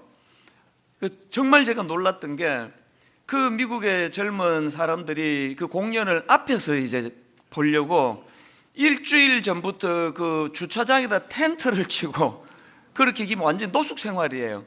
일주일을 그렇게 지내면서 앞쪽으로 가서 이제 그 공연을 봐야 되겠다고, 그래서 그 주차장이 거대한 그 텐트 촌이 됐다고, 그 화면을 비춰주는데 그 과장이 아닙니다. 이야, 이게 우리나라의 그 노래하는 그룹이 어떻게 이런 놀라운 결과를 가져다 줬을까? 그게 너무 놀라워가지고 제가 그 뉴스를 보고 흥미가 생겨서 검색을 해봤습니다. 이 방탄소년단의 열기가 이게 도대체 어디서 기인하는 것인가 그랬더니 꽤 많은 사람들이, 또 청소년들이 말하기를 자기는 방탄소년단의 노래를 들으며 엄청나게 위로를 받았다는 거예요. 그 뉴스에도 그 미국의 10대 청소년 아이가 인터뷰를 하는데 얼마나 그 방탄소년단에게 고마워하고 그 마음에 그 치료와 또 힐링, 그 위로를 얻고 또 치료를 받았다, 그런 요지로 인터뷰하는 걸 제가 들었는데요. 또 그런가 하면은 그때 제가 이 방탄소년단하고 검색을 하다가 보니까 지금 미국의 젊은 그 미국 엄마가 방탄소년단에게 감사하다고 보낸 편지가 지금 회자가 되고 있는데요. 그 내용을 다룬 기사가 제목이 이랬습니다. 감사합니다 방탄소년단, 음악이 선물한 위로 자폐증 아들 둔 엄마의 고백. 그 내용을 보니까 이분의 자폐증 아들이 방탄소년단의 그 아이들의 그 그룹의 노래로 말미암아 그 정서적으로 많이 안정이 되고 또 많은 위로를 받고 많은 부분에서 지금 좋아지고 있다는 겁니다. 그게 너무 고마워가지고 그렇게 감사의 편지를 보낸 것이 이제 그 기사로 나는 걸 봤습니다. 이분 말고도 하여튼 이구동성으로, 그래서 그 4만 명이 뉴욕에서 공연을 하는데 세상에 한국말로 미국 사람들이 떼창이라 그러죠. 이런 일들이 막 일어났다는 겁니다. 어떤 위로가 그 가사에 담겨 있길래 이렇게까지 열광을 하는가 하다가 불쑥 든 생각이, 나도 좀 위로 좀 받았으면 좋겠다. 그래서 제가 이제 저도 위로를 받으려고 유튜브에 들어가서 보니까 또 고맙게도 또 이제 그 위로를 받고 싶을 때 들으면 좋은 곡, 그럼 또 분류를 해놨더라고요. 그걸 찾아가지고 제가 이제 위로를 좀 받고 싶어서 유튜브에서 저도 들어봤습니다. 한창 듣고 있는데 우리 집 사람이 오더니 뭐 하세요? 그래서 나 지금 위로 받으려니까 나 지금 위로를 받고 싶어서 듣는다 그러니까 자리를 비켜주더라고요. 그래서 제가 그냥 이게 또 위로 받고 싶을 때 듣는 곡이라 그래서 들었는데 하나도 위로가 안 되고 오히려 마음에 상처가 커졌습니다. 우선 위로받고 싶은데 가사가 귀에 하나도 안 들어와요. 분명히 한국말로 부르는 것 같은데 뭔 뜻인지 알아야 위로가 되죠. 그리고 위로받으러 갔다가 야, 나도 이제 완전 구세대구나 그러면서 마음이 또 힘들고 우울하고 그래서 부작용이 커가지고 이제 그 이상 저는 방탄소년단 그 노래 안 듣습니다. 옛날에도 안 들었지만. 그러면서 깨달은 게 하나 있는데요. 야, 이게 인간의 위로라는 거는 이런 식으로 세대의 간격이 있고 문화의 간격이 있고 또 민족과 국가마다 그 위로가 다 다르고 이런 한계가 있는 거구나. 그런 생각을 하니까 사실대로 말씀드려서 10대도 20대도 위로가 필요하고 방탄소년단 같은 그런 사람들의 그룹의 노래를 통해 위로를 받지만요, 진짜 위로가 필요한 건 기성세대예요. 예전에 제가 어디선가 그 글을 보고 이거를 인용하려고 옮겨놨는데 못 찾아가지고 제가 지금 제대로 기억을 하는지 모르겠는데 이런 내용이었습니다. 그 글 쓰신 분의 그 친구 중에 어떤 분이 있느냐, 이분은 막 그 자동차를 너무 좋아하는 거예요. 틈만 나면 자동차에 가 있고 또 틈만 나면 차 몰고 어디를 가고 그런 분이래요. 예전에 제가 알던 원로 목사님, 지금 은퇴하셨는데 그 목사님이 설교 시간에 그런 얘기 하더라고요. 이분도 이제 막 이제 예배가 다 끝나고 나면 마음이 허해지고 하면 이분은 이제 그걸 뭐라 그러죠? 이렇게 막 그 과속으로 이렇게 달리면서 스트레스를 푸는 이제 그런 일을 종종 한다고 그런 고백을 이제 하는 거를 제가 들었는데요. 그 친구분이 그런가 봐요. 계속 이분은 이제 차 몰고 다니고 이런 걸 좋아해서 하루는 물었대요. 그 자네는 어떻게 그렇게 그 차 운전하고 차 몰고 다니는 이렇게 좋아하느냐 그랬더니 그 친구의 대답이 정말 저를 슬프게 했습니다. 뭐라고 대답했는지 아십니까? 자기 생애에서 왼쪽으로 가고 싶을 때 왼쪽으로 가고 오른쪽으로 가고 싶을 때 오른쪽으로 가고 자기 생애에서 내가 조정하는 대로 움직여지는 거는 자동차밖에 없어. 내가 조정하는 대로 움직여지는 건 자동차밖에 없어서 그래서 자동차를 그렇게 좋아한다고. 이게 참 슬픈 이야기 아닙니까? 그러고 보면은 세대를 불문하고 우리 모두는 지금 위로가 필요한 그런 시대를 우리가 살아가고 있는 것 같습니다. 오늘 새생민 축제라고 교회 다니지 않으시는 이웃들을 여기 초청하고 또 마당에 여러 가지 애를 써서 준비를 하고 하는 그런 마음의 소원은 여기에 다 녹아 있습니다. 오늘 여러분 초청한 우리들의 마음은 딱 하나예요. 위로받기를 원하는, 위로를 받아야만 하는 이 시대를 살아가고 있는 여러분들이 사람에게 위로를 받으려다가 더 허무해지고 더 공허해지고 또 이런 아픔을 겪는 것이 이 땅이기 때문에 제대로 위로받기를 원하신다면 위로자 되시는 하나님이 계시다는 것, 그 우리를 위로해 주시는 그 하나님을 오늘 좀 소개해 드리려고 그렇게 여러분을 초청했습니다.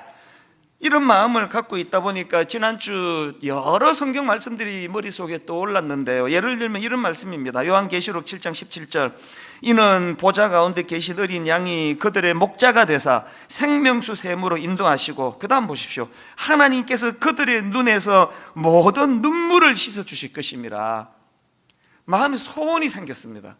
하나님, 오늘 여기 초청되어 오시는 많은 분들이 이게 논리가 아니고 이게 이론이 아니고 하나님을 막 논리로 다가가서 절대로 만날 수 없었는데 오늘 여기 와서 이유를 불문하고 하나님이 진짜 내 눈물을 닦아주시는 분이구나, 뭔지는 모르는데 위로가 되네.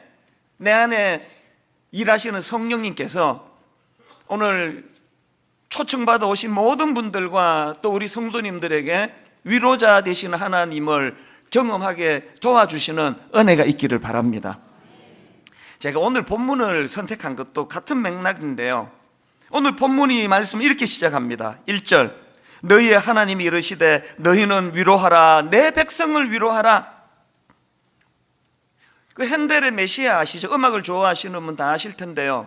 핸델의 메시아가 이제 그 메시아 대신 예수 그리스도의 그 일대기를 놀라운 그런 음악으로 만들어 놓은 거 아닙니까? 그 오라토리오에 이제 핸델의 메시아 제일 처음에 이제 기악, 반주, 뭐 바이올린 이런 걸로 좀 연주가 나오고, 그 다음에 이제 사람의 목소리로 가장 먼저 나오는 멘트가, 가사가 바로 오늘 보면 1절이에요. 너희는 위로하라, 내 백성을 위로하라.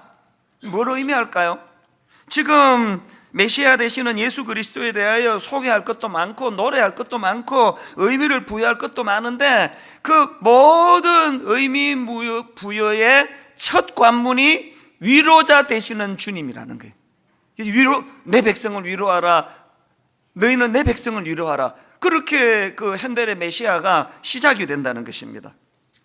그러고 보면 우리 하나님은 많은 그분의 속성 중에 우리를 위로해 주시는 하나님이세요. 고린도후서 1장 3절 4절, 찬송하리로다 그는 우리 주 예수 그리스도의 하나님이시요 자비의 아버지시요 모든 위로의 하나님이시며 우리의 모든 환난 중에서 우리를 위로하사 우리로 하여금 하나님께 받는 위로로서 모든 환난 중에 있는 자들을 어떻게 하신다고요? 능히 위로하게 하시는 이시로다. 뭐 계속 제가 강조하고 또 강조하지만, 저는 오늘 여기 초청돼 오신 우리 이웃분들과 우리 성도님들이 바로 이 능히 우리를 위로하게 하시는 이시로다 하는 이 하나님을 경험하는 그런 예배가 되기를 바랍니다. 사실 여러분, 하나님이 우리를 어떻게 인식하는가는 마태복음 11장 28절에 고스란히 담겨 있습니다. 수고하고 무거운 짐진 자들아 다 내게로 오라, 내가 너희를 쉬게 하리라. 지금 하나님이 보시는 우리 인생은요, 수고하고 무거운 짐으로 인해 지친 상태예요. 본인은 뭐 그렇게 익숙하게 살아서 나는 뭐 안 지쳤는데 그렇게 생각하실지 모르지만 누구나 예외 없습니다. 설교를 하는 제 자신이 지쳐 있는 상태예요. 그래서 제가 이 수고하고 무거운 짐진 자들아, 이걸 영어 성경으로 찾아보니까 weary라는 단어를 썼더라고요. 하나님이 우리를 보시는 인식이 뭐라고요? 무거운 짐으로 허덕이다가 지쳐 있는 상태예요. 피곤한 상태예요.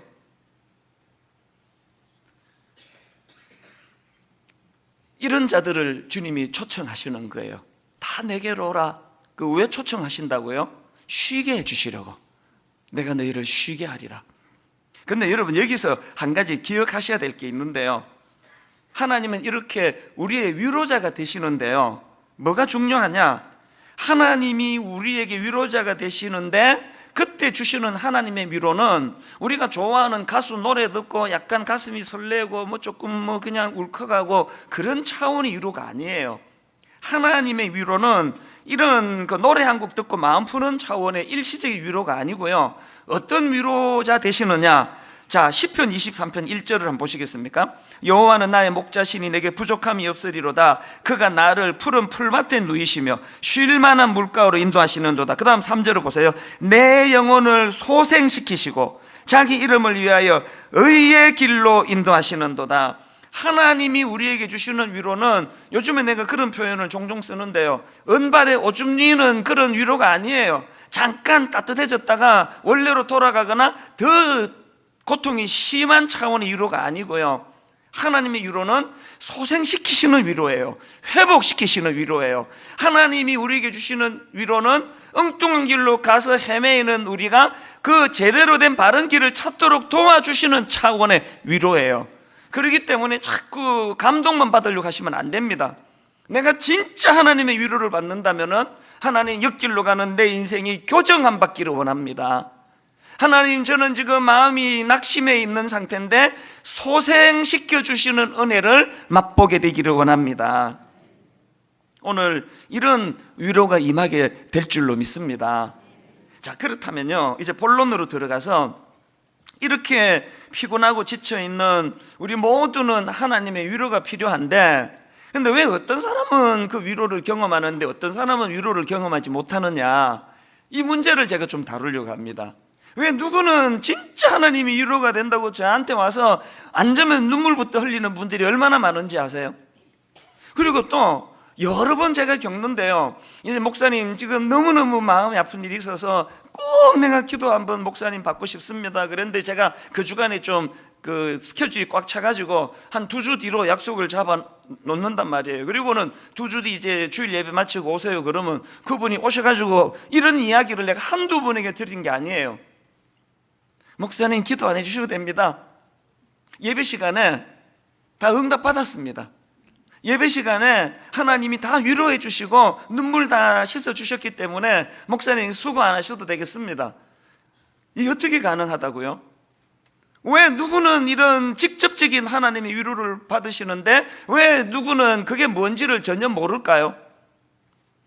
우리가 하나님의 위로를 받기 위해서는 2가지 전제가 필요하다는 걸 모르시기 때문이에요. 진짜 하나님의 위로를 원하십니까? 2가지 전제를 꼭 기억하셔야 됩니다. 첫 번째 전제가 뭡니까? 나 스스로가 유한한 인생임을 자각해야 한다는 것입니다. 자, 오늘 이 본문은 그 흐름이 중요한데요, 어디로 흘러가는지를 유심히 보십시오. 1절에서 내 백성을 위로하라, 내 백성을 위로하라 그렇게 선포했는데 그 말씀이 어디로 흘러가느냐? 6절에 가서 이런 명을 하십니다. 말하는 자의 소리여 이르되 외치라. 대답하되 내가 무엇이라 외치리까 하니 이르되 모든 육체는 풀이요 그의 모든 아름다움은 들의 꽃과 같으니, 모든 육체는 풀과 같고 꽃과 같다고 외쳐라, 그렇게 명령을 내리시는데, 여러분 여기서 중요한 건 지금 우리 육체는 풀과 같고 꽃과 같다 할 때 뭘, 풀과 꽃의 어떤 부분을 강조하는 표현인지 아십니까? 아름다움을 얘기하는 게 아니에요. 풀과 꽃의 어느 부분을 강조하는가는 바로 그 다음 7절 보면 나옵니다. 6절 끝을 제가 다시 읽어드릴게요. 모든 육체는 풀이요 그의 모든 아름다움은 들의 꽃과 같더니, 7절 풀은 마르고 꽃이 시들면, 또 그 다음 8절 풀은 마르고 꽃은 시드나. 반복해서 강조하는 게 뭐예요? 우리 육체가 풀 같고 꽃 같대요. 그만큼 아름답다는 뜻이 아니에요. 여기서 강조하는 우리 육체는 그만큼 시들기 쉽고 그만큼 초라해지기 쉽고 그만큼 한계를 가진 존재라는 것을 강조하는 차원의 풀이요 꽃이에요. 하나님의 위로를 받고 싶습니까? 내가 이런 마르기 쉬운 풀 같고 시들기 쉬운 꽃 같은 존재라는 사실을 인식하는 것, 이게 첫 번째 전제입니다. 그러고 보면요, 성경에는 이런 메시지가 생각보다 얼마나 많은지 모릅니다. 자, 야고보서 4장 14절을 보십시오. 내일 일을 너희가 알지 못하는도다. 너희 생명이 무엇이냐? 너희는 잠깐 보이다가 없어지는 안개니라. 이걸 인식 안 하면 위로 없다. 아침에 해 뜨기 전에 차 몰고 경부고속도로를 가다 보면 평택쯤 이렇게 가다 보면 종종 안개가 자욱해질 때가 있습니다. 진짜 허무합니다. 10분 20분 해 딱 뜨면 다 없어져 버려요. 그게 우리 인생이래요. 이게 너희는 잠깐 보이다 없어지는 안개니라. 제가 그런 안개를 볼 때마다 마음으로 자각하게 되는 게 이 말씀이에요. 뭐 교회 좀 커졌다고, 뭐 사람 좀 많이 모인다고, 그건 제 안에 뭐 얼마나 이 죄성으로 인한 그 유치한 교만이 꿈틀거리겠습니까? 이렇게 뭐 좀 우쭐해지면은 이건 뭐 그냥 뭐 조금 뭐 화려한 안개나 조금 부실한 안개나 다 같이 없어질 건데. 시편 39편 5절도 마찬가지예요. 주께서 나의 날을 한 뼘 길이만큼 되게 하사 나의 일생이 주 앞에 없는 것 같사오니, 사람은 그가 든든히 서 있을 때에도 진실로 모두가 허사뿐이니이다. 뭐 좀 갖춘 거 있다고 허세 부릴 필요 없고요. 한 뼘 주제에 뭐 그거 뭐 또 뭐 좀 사업이 잘 안 되고 이래가지고 또 너무 기죽을 필요도 없고 뭐 다 거기서 거기 한 뼘 안이에요. 한 뼘만. 역대상 29장 15절도 똑같은 내용입니다. 우리는 우리 조상들과 같이 주님 앞에서 이방 나그네와 거류민들이라 세상에 있는 날이 그림자 같아서 희망이 없나이다. 그래서 시들어버리기 쉬운 풀과 같고 시들어버리기 쉬운 꽃과 같은 존재임을 선포하라는 거예요. 그걸 자꾸 우리가 되뇌이는 거예요. 여러분, 성경이 왜 이렇게 인간의 연약함을 이렇게 집요하게 강조하는지 아시겠죠? 하나님이 우리의 약점을 후벼 파가지고 그냥 우리를 열등감의 구덩이로 집어넣으려고 그러시는 게 아니에요. 내 연약함을 내 힘으로, 저는요, 그 프로야구가 참 의미가 있다고 생각을 해요. 프로야구가 9회까지라는 게 의미가 있습니다. 아무리 무쇠팔이라 해도요, 1회부터 9회까지 다 던지는 투수는 이게 뭐 1년에 한두 번 있을까 말까. 그 야구에서 이기기 위해서는 한 6회 정도 되면은 먼저 던진 사람은 승리 투수가 되는 자격을 갖췄지만 자기가 완성을 못 합니다. 그 다음 구원 투수가 잘 던져줘야 자기가 승리 투수가 되는 거거든요. 그게 인간이라는 걸 저는 야구 볼 때마다 느껴요. 그래서 우리는 이렇게 한계를 가진 연약한 인생이라는 걸 인식해야 하나님이 보이기 시작하거든요. 이런 의미에서 하나님은 그 교만한 사람을 제일 싫어하시고 뿐만 아니라 교만한 사람을 제일 이 미련한 놈아, 아이고 참말로 어쩌려고 이렇게 교만하니, 어쩌려고. 여러분, 하나님이 제일 미련한 사람으로 인정하는 사람이 교만한 사람이에요. 왜 교만이 그토록 어리석은지 아십니까? 교만한 사람은 시편 103편 13절을 누리지를 못하는 사람이거든. 자, 화면으로 내용을 한번 보십시오. 부모가 자식을 가엾게 여기듯이 주님께서는 주님을 두려워하는 사람을 가엾게 여기신다. 주님께서는 우리가 어떻게 창조되었음을 알고 계시기 때문이며 우리가 한갓 티끌임을 알고 계시기 때문이다. 이 논리를 한번 보세요. 왜 하나님이 우리를 아비가 자식을 불쌍히 여긴 같이 불쌍히 여기느냐? 왜 그렇게 하시느냐? 하나님이 뭘 아신다고요? 저 인간이 한갓 티끌임을 아시기 때문에 불쌍하게 보신단 말이에요. 그러면 그 논리로 말하면 내가 하나님의 긍휼을 얻기 위해서는 하나님의 시각으로 나를 봐야 되는 거 아닙니까? 내가 하나님 보시기에도 불쌍하고 그 사실을 내가 인정할 때에야만 아비가 자식을 불쌍히 여긴 같이 그 불쌍히 여기시는 하나님의 긍휼을 누릴 수 있다는 거예요. 교만이 왜 위험합니까? 난 하나님 도움 없어도 난 잘 쓸 수 있다 그러면 부모가 자식을 가엾게 여기는 마음을 누리지를 못하는 거 아닙니까? 여러분, 저는요, 대인관계나 대신관계, 하나님과의 관계나 가장 중요한 건 난 긍휼이라고 생각해요. 가정이 회복되기를 원하세요? 부부 사이에 긍휼을 구하세요. 신혼 때 왜 그렇게 싸우는지 아세요?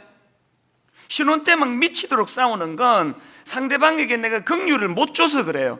쓸데없는 그냥 기대감만 잔뜩 심어줘가지고 나랑 결혼하면 막 왕자로 만들어주겠다, 공주로 만들어주겠다, 그런 지키지도 못한 약속을 해가지고 잔뜩 기대를 부풀게 해가지고 결혼해보니까 왕자는, 공주는커녕 완전히 무수리 취급을 하고 있으니까 열받아가지고 싸우는 거 아니냐고요. 우리 가정도 초반에 좀 싸웠지만 지금은요, 진짜 우리 부부는 싸움이 없어요. 갈수록 부부가 너무너무 서로가 지금 잘 지내고 있는데 이게 저만 그렇게 생각하는 건가? 적어도 저쪽은 그래요. 뭐가 달라졌는지 아세요? 이제 우리 집사람이 그렇게 날씬하고 호리호리하고 그렇게 예뻤던 집사람이 막 머리는 막 그냥 허해져 가지고, 그리고 또 뭐 이런 또 은밀한 또 신체는 다 오픈을 못해도 중년에 참 피할 수 없는 그 복부 비만 뭐 이런 거, 저는 하나님이 증인인데 제 아내의 그 신혼 때 날씬했다가 지금 저 허리가 좀 두꺼워지고 이런 거요, 하나도 보기가 싫지 않아요. 하나님이 증인이에요. 진짜 제가 그게 마음이 쓰이지 않아요. 하나만 마음이 쓰입니다. 저 건강이 안 좋은데. 부부가요, 상대방이 완벽해서 가정이 평화로워지기를 바라는 것보다 더 지름길은 상대방이 불쌍해지는 거예요.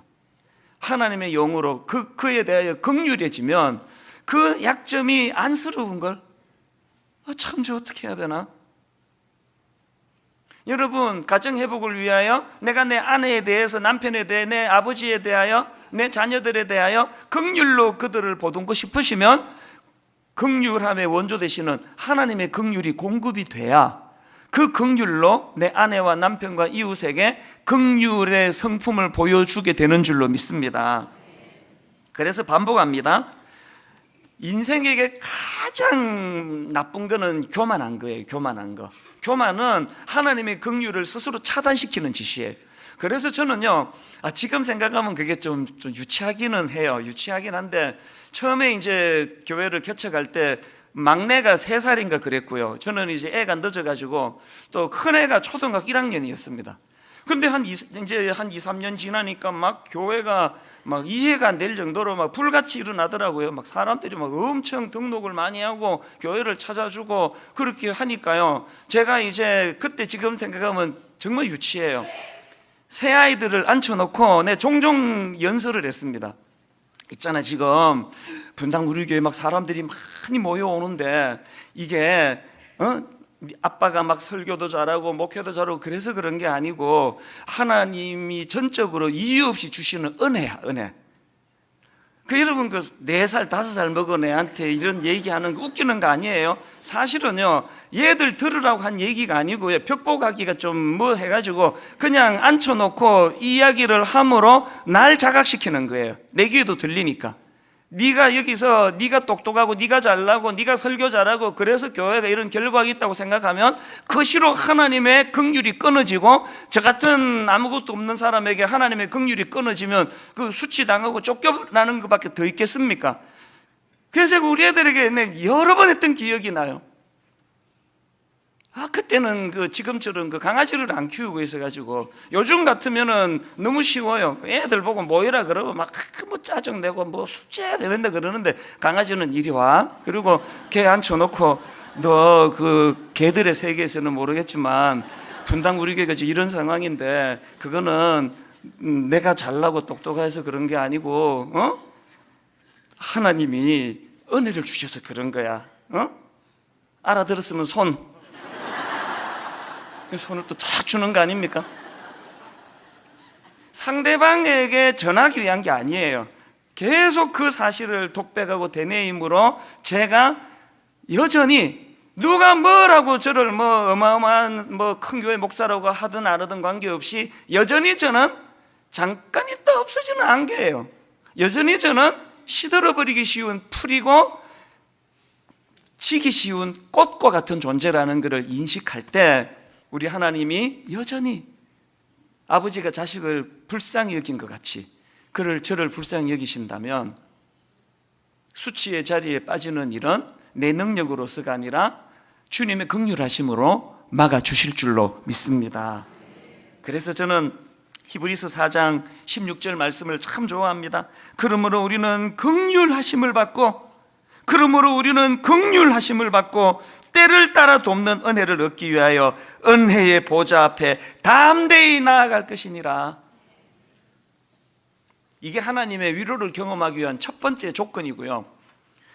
두 번째 전제 조건이 필요합니다. 내 자신이 그렇게 연약한 자라는 걸 인식하는 것도 중요하지만 그것보다 더 중요한 것, 바로 그 자각을 하나님과의 관계 맺음으로 연결해야 한다는 사실이에요. 본문은 흐름이 중요하다고 말씀드렸죠.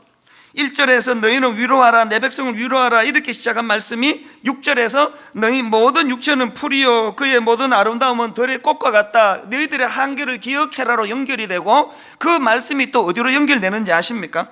바로 그 말씀이 9절을 한번 보시겠습니까? 9절 세 번역입니다. 좋은 소식을 전하는 시온아, 어서 높은 산으로 올라가거나 아름다운 소식을 전하는 예루살렘아, 너의 목소리를 힘껏 높여라. 두려워하지 말고 소리를 높여라. 유다의 성읍들에게, 그 다음 보세요. 여기에 너희의 하나님이 계신다라고 말하여라. 이 흐름을 아시겠습니까? 하나님의 위로를 누리기 위해서는 나는 풀과 같고 나는 꽃과 같은 존재라는 걸 인식하고 그것으로 그치는 게 아니라 그 내 연약함과 한계를 인식하는 그 자리에서 여기에 도우시는 하나님이 계시다라는 것을 선포하라는 거예요. 내가 이 구절을 보면서 깨달은 진리가 하나 있는데요, 여러분이 이제 그냥 막 젊을 때 자기를 너무 몰라가지고 아무것도 아니면서 막 대단한 것처럼 허세를 부리고 교만하고 그랬다가 나이가 들면서 이제 자기를 안단 말이에요. 이게 내가 사실은 이게 보잘것없는 인생인 걸, 그냥 안개 같은 인생인 걸 내가 그냥 쓸데없이 교만했구나, 이거를 깨달으면, 여러분 잘 들으세요, 그것을 깨닫는 그 순간에 여러분은 두 갈래 길 앞에 서 있는 거예요. 두 갈래 중에 한 길로 가야 돼요. 한 길이 뭐예요? 내버려두면 가는 길? 우울해요. 내가 초라해요. 한심해요. 왜 나이가 들수록 그렇게 불면증이 많습니까? 자기를 자각했기 때문이거든요. 그래서 난 뭔 줄 알았는데, 내 잘난 맛으로 살았는데 어느 날 이 허상이 다 벗겨지고 나니까 너무 초라한 거예요. 우울한 거예요. 여러분, 그 10대 애들보다는 50대 60대가 우울증이 더 많은 이유가 그런 거 아닙니까? 내 자신의 연약함을 발견할 때 내버려두면 가는, 저절로 가는 자동 길이 하나 열려 있는가 하면은, 오늘 하나님 말씀 통해 알 수 있는 길이 뭐예요? 지금이야말로 하나님이 여기 계시다는 것을 발견하게 되는 좋은 기회가 온 거예요. 이 두 갈래 중에 어느 길로 가고 계세요? 여러분이 아시는 그 파스칼, 천재 수학자라고도 알려져 있지만 그 팡세라는 그 책을 통해 주옥 같은 명언을 남긴 분 아닙니까? 인간은 생각하는 갈대다. 초등학생도 알 정도예요. 그런데 여러분, 그 팡세에 보면 여러 명언 중에 이런 명언이 있습니다. 사람이 하나님을 알면서도 자신의 비참함을 모르면 교만해진다. 그 다음 들어보세요. 그러나 자신을 알면서도 하나님을 모르면 절망하게 된다. 그러나 자신을 알면서도 하나님을 모르면 절망하게 된다. 제가 이걸 보면서 목사인 제가 절망하면 이건 범죄예요. 여기 중직자인 여러분이 절망하면 그건 범죄예요. 왜? 뭘 전제하는 거예요? 하나님을 모르고 있다는 것을 드러내는 그 아닙니까? 새가 내 머리 위에 날아다니는 건 저도 어떻게 못합니다. 정직하게 고백하면 절망이 그냥 호흡처럼 다가와요. 없는 거 아닙니다. 두려움이 물 밀듯 밀려와요. 교회가 커지면 커질수록 두려움도 같이 커집니다. 막을 수가 없습니다. 그러나 적어도 여러분, 새가 내 머리 위를 날아다니는 건 내가 어떻게 못하는데요, 그 새가 내 머리 위에 둥지를 트고 앉는 건 내가 용납하지 않습니다. 저녁에 두렵고 저녁에 울음이 기숙해도 아침에 주시는 새로운 은혜로 날마다 회복이 되고 치유가 되고 두려움이 사라지는 아침을 맞이하는 이찬수 목사인 거 믿어주시기를 바랍니다. 왜 어제 두려웠던 게 아침 없으실까요? 나오잖아요. 자신을 알면서도 하나님을 모르면 절망하게 되는데, 나 자신을 알고 도우시는 하나님을 알면 절망이 없다는 소리 아닙니까? 이런 의미에서 저는 1절에서 내 백성을 위로하라, 내 백성을 위로하라 이렇게 시작한 오늘 말씀이 마지막 결론은 어떻게 맺는지 아십니까? 마지막 11절을 보십시오. 그는 목자같이 양떼를 먹이시며 어린 양을 그 팔로 모아 품에 안으시며 젖먹이는 암컷들을 온순히 인도하시리로다. 나는 이 말씀이 진짜 너무 감사해요. 그리고 오늘의 말씀이 내 백성을 위로하라로 시작했다가 그는 목자같이 양떼를 먹이시며 어린 양을 그 팔에 모아 품에 안으시며, 내가 좋아하는 가수 노래를 들으면 울적한 게 사라지는 그런 차원의 위로가 아니라 관계 맺음이에요. 관계 맺음. 지난주 말씀드렸잖아요. 이사야 56장 3장 6절. 우리는 다 양 같아서 걸어댕하여 각기 제 길로 갔거늘 내버려두면 엉뚱한 길로 가고, 대형교회, 소형교회, 장로, 목사, 권사 구분 있습니까? 보고 있잖아요. 내버려두면 엉뚱한 길로 가고, 내버려두면 부끄러운 자리에 가고, 내버려두면 엉뚱해서 헤매는 이런 인생을 보시고, 하나님이 우리에게 그 방향을 길을 잘 못 구분하는 양이구나, 내가 목자 돼 줄게.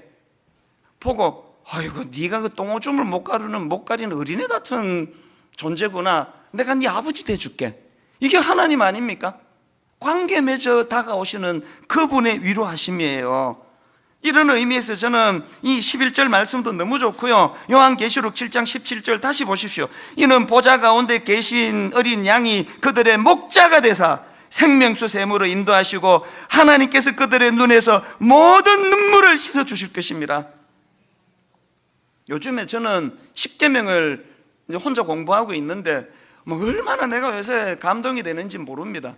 새삼 깨닫는 것도 많고 새로 알게 되는 것도 많은데요. 전에 한 말씀드렸죠. 출애굽기 20장 이 십계명을 기록하고 있는데 제1계명이 3절에 나옵니다. 너는 나 외에는 다른 신들을 내게 두지 말라. 이게 첫 번째 하나님 주신 계명이에요. 그런데 여러분 바로 그 계명 앞에 전제, 지난번에 말씀드렸죠. 1절 2절입니다. 하나님이 모든 말씀으로 말씀하여 이르시되 나는 너를 애굽 땅 종되었던 집에서 인도하여 낸 내 하나님 여호와니라. 1계명 받아 적어봐. 너는 나 외에는 다른 신들을 내게 두지 말란 말이야. 뭐가 느껴지세요? 관계로 다가가시는 거예요. 관계로 다가가시는. 제가 이번에 그 1계명을 공부하다가 너무나 마음에 감동이 되는 게 뭐냐면은 하나님이 너 나 말고 다른 신 두지 마라. 이것의 의미가 너무 내게는 감동인 거예요. 이게 왜 감동일까요? 저 강아지를 키우는데요, 우리 강아지한테는 그런 거 요구 안 합니다. 난 우리 강아지에게 그렇게까지 의미를 부여하는 사람이 아니에요.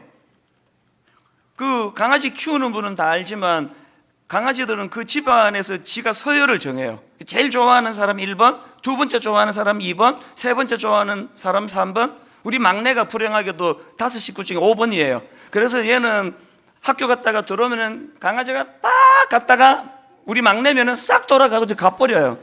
우습게 보는 거지. 근데 이 강아지가 저를 우리 집안에 5 중에 서열 3위로 먹였어요. 전에는 2위였는데 둘째 딸이 좀 잘해주고 그러니까 이제 서열을 바꿨습니다. 그래가지고요, 제 집사람하고 제 아내하고 우리 둘째 딸이 있으면은요, 이 강아지가 날 사람 취급을 안 해요. 불러도 고개도 안 돌린다니까요. 그러다가 이제 집사람 밖에 나가고 둘째 딸 나가고 저만 남으면 이제 비로소 내가 1인자예요. 그 와가지고 그냥 꼬리를 흔들고 막 핥고 그러면 내가 속으로 그래서 네가 개야 임마, 개 같은 놈, 그러면서 마음에 굉장히 제가 얼마나 그런 거 아닙니까? 저 욕한 거 아니죠? 그러나 그거를 내가 교정시켜 주려고요, 뭐 1계명을 주는데 이 집에서 나 외에 다른 신은 두지 마라, 그런 얘기 안 해요. 집가쉽게 뭐 집사람을 더 좋아하든 둘째 딸을 더 좋아하든 무슨 상관이에요, 나랑. 그게 하나님이 우리 보고요, 나 외에는 다른 신을 두지 말라고 한 게 눈물나게 고마운 거예요. 우리를 관계 맺어주시되 그 정도로 의미를 부여하신다는 거예요. 심지어 출애굽기 34장 14절에 너는 다른 신에게 절하지 말라. 그 다음 보세요. 여호와는 질투라 이름하는 질투의 하나님이니라. 이게 눈물 나는 은혜예요. 우리와 관계 맺기를 원하시는 분. 결론을 이렇게 맺습니다. 제가 이번 여름에 그 장혜리라는 그 가수에 대해서 알게 됐는데요, 이분은 80년대 말에 뭐 여성으로 최고 인기를 구가하던 그런 가수였는데 굉장히 뭐 나오는 곡마다 히트를 다 치고 그러다가 갑자기 이렇게 뚝 사라진, 무대에서 사라진 그런 케이스라 그러더라고요. 이분이 내게 남은 사랑을 드릴게요, 그래서 여름에 제가 많이 들었습니다. 내게 남은 사랑을 드릴게요, 이런 주옥 같은 히트곡을 만든 분인데요, 제가 이번에 간증을 우연히 듣고 관심을 갖기 시작한 거예요. 세상에 지난주 느부갓네살 그렇게 왕이고 모든 권력을 다 가졌지만 꿈 하나 때문에 번뇌하듯이요, 그렇게 인기를 누리던 이 여가수가 우울증이 온 거예요. 남편도 있고. 이 우울증이 점점 심해지니까 이제 자꾸 자살 충동, 죽고 싶은 거예요.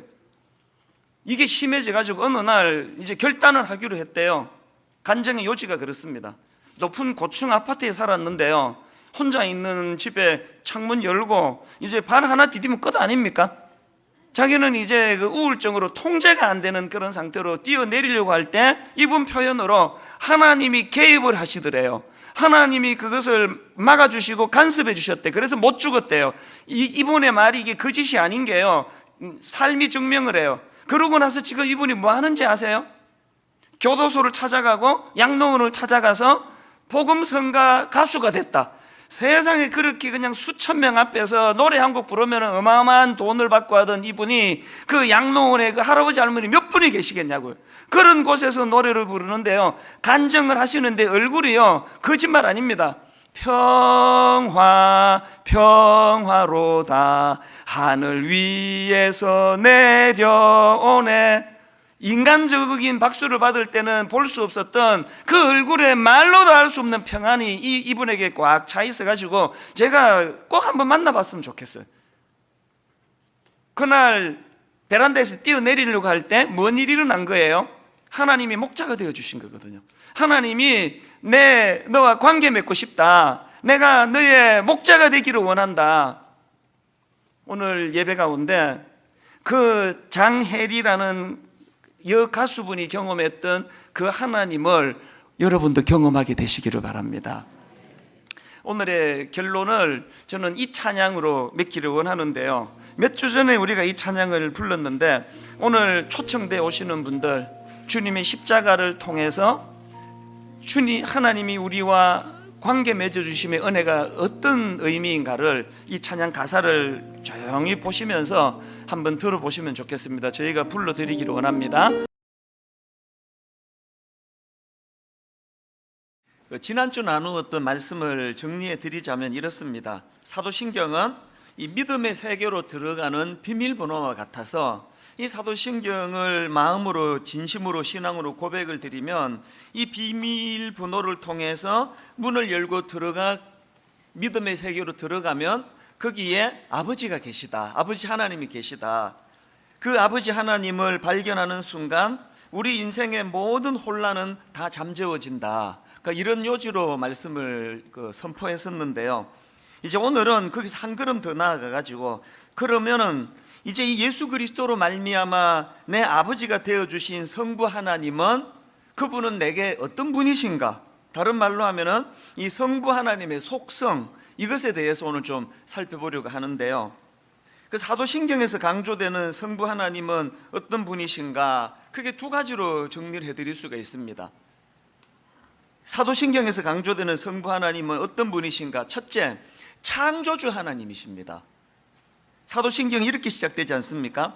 전능하사 천지를 만드신 하나님 아버지를 내가 믿사오며, 이게 굉장히 중요한 전제입니다. 그래서 사실 이 성경으로 들어가는 첫 관문, 창세기 1장 1절, 성경이 가장 먼저 선포하는 것이 바로 이 내용 아닙니까? 창세기 1장 1절, 태초에 하나님이 천지를 창조하시니라. 여기 나오는 창조하다라는 히브리어 동사 이 바라라는 단어인데요, 구약에서 이 바라라는 단어는 오직 하나님이 주어일 때만 사용되던 동사라는 겁니다. 이 성경이 뭘 강조하고 싶은지 알 수 있는 거 아니겠습니까? 그렇기 때문에 우리는 삶 속에서 늘 하나님이 나의 창조주가 되신다, 그러니까 이 사실이 늘 이제 되뇌어지고 선포되어져야 하는데요, 이런 의미에서 저는 골로새서 1장 16절, 만물이 그에게서 창조되되 하늘과 땅에서 보이는 것들과 보이지 않는 것들과 혹은 왕권들이나 주권들이나 통치자들이나 권세들이나 만물이 다 그로 말미암고 그를 위하여 창조되었고, 이 우리 근원입니다. 내 존재 자체가 그로 말미암았고 또 그분을 위하여 창조되었고, 이 창조 질서가 우리 내면에서 자리 잡는 게 얼마나 중요합니까? 또 이사야 43장 15절에서도 나는 여호와 너희의 거룩한 이요 이스라엘의 창조자여 너희의 왕이니라. 삶의 질서가 딱 잡히는 말씀 아닙니까? 하나님은 저를 창조하신, 이 민족을 창조하신, 또 이 우주를 창조하신 창조주 되시고 또 그분은 나를 다스리시는 왕이시다. 여기에 혼미한 게 들어갈 자리가 없지 않습니까? 그래서 늘 이 말씀을 기억하고 되뇌어야 되는데, 특별히 전도서 12장 1절입니다. 너는 청년의 때에 너의 창조주를 기억하라. 곧 곤고한 날이 이르기 전에 아무 낙이 없다고 할 해들이 가깝기 전에. 여기 보니까 창조주 하나님과 관련해서 두 가지를 말씀하시는데요, 언제 창조주 하나님을 기억해야 되느냐? 첫째, 청년의 때에 기억해야 된다는 겁니다. 왜 청년의 때에 창조주 하나님을 기억해야 될까요? 인생의 방향을 정해야 되는 굉장히 중요한 그 시점에서 나는 뭐 우연히 만들어진 존재다.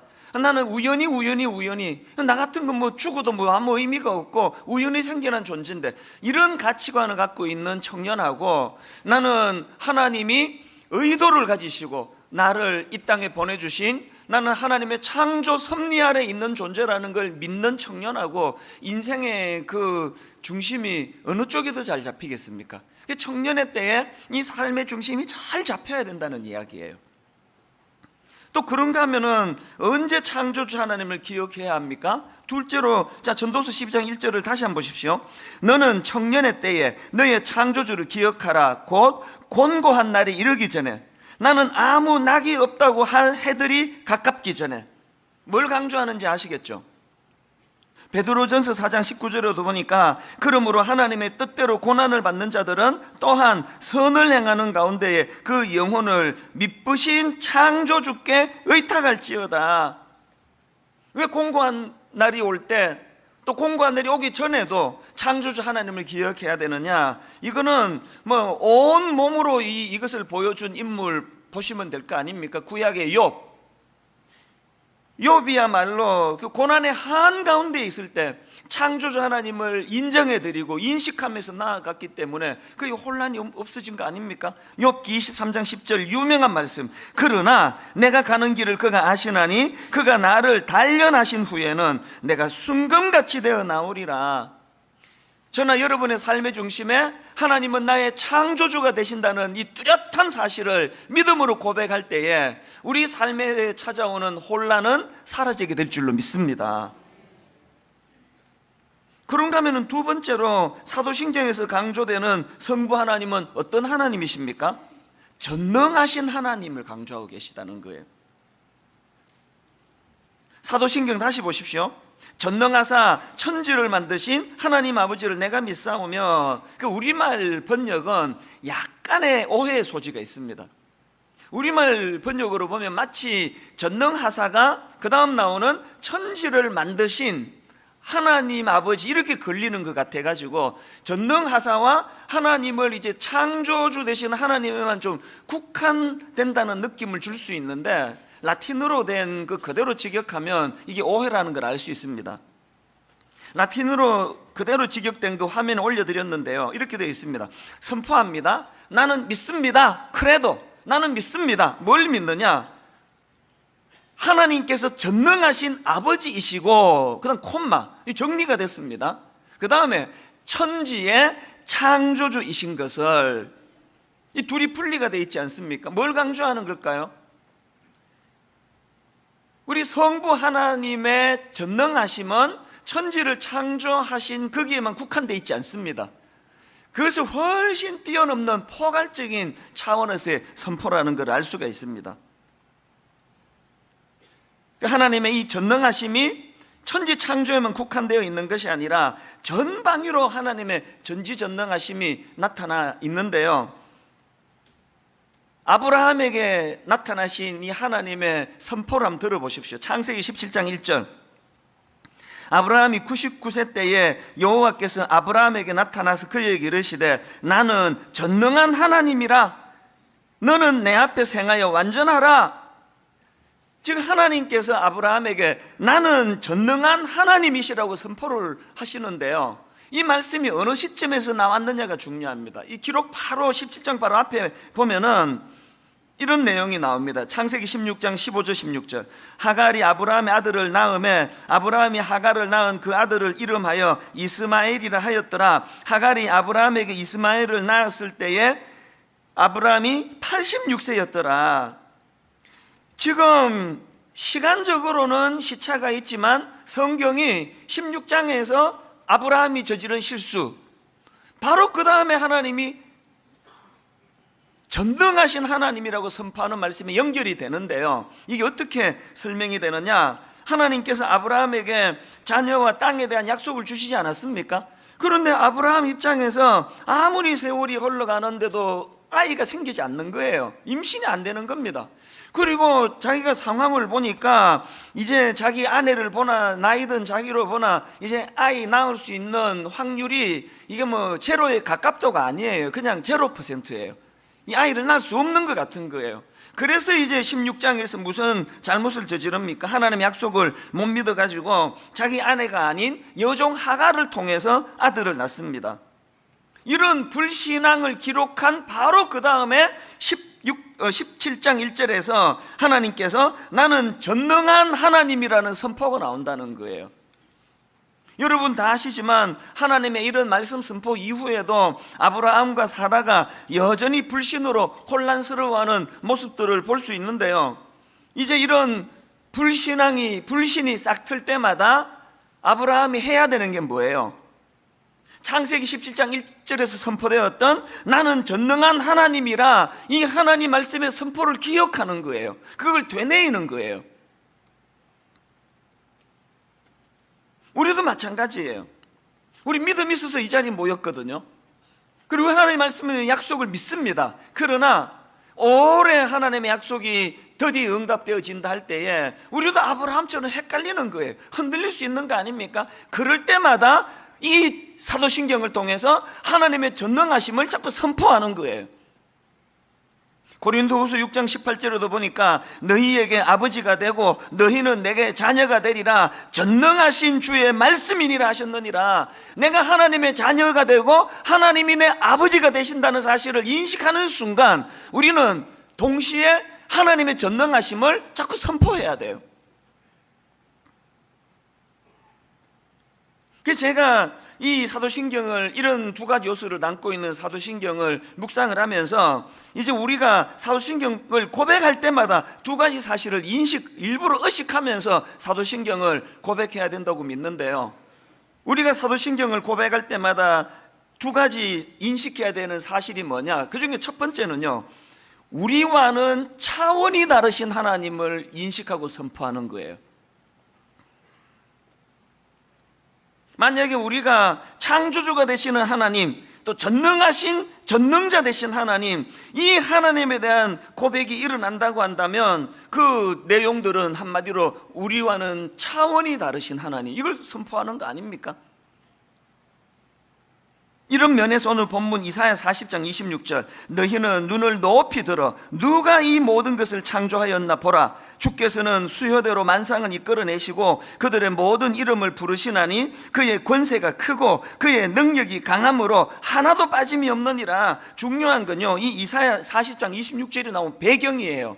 지금 이사야 40장은 바벨론 포로로 끌려갈 하나님의 백성들에 대한 예언의 말씀이 나오는 말씀들이에요. 이제 범죄함으로 포로로 끌려가게 될 그들이 뭘 늘 기억해야 돼요? 이 나라가 망하고 우리는 바벨론 포로로 끌려가지만 여전히 하나님은 우리를 창조하신 하나님이시고 여전히 하나님은 전능하신 하나님이시다, 이 사실을 되뇌라는 거예요. 이게 절망이 아니라는 거예요. 뭔 일로 마음이 무너지고 막 일어날 힘이 없고 그럴 때 이거 되뇌이는 겁니다. 하나님은 여전히 강한 하나님이시고 하나님은 내게 여전히 우리와는 차원이 다르신 하나님이심을 인정해 드릴 때 내 힘으로 헤어나오는 게 아니에요. 하나님께 관계가 회복이 될 때 하나님께서 강력함으로 나를 이렇게 세워주실 것이다, 이걸 회복하는 게 신앙이거든요.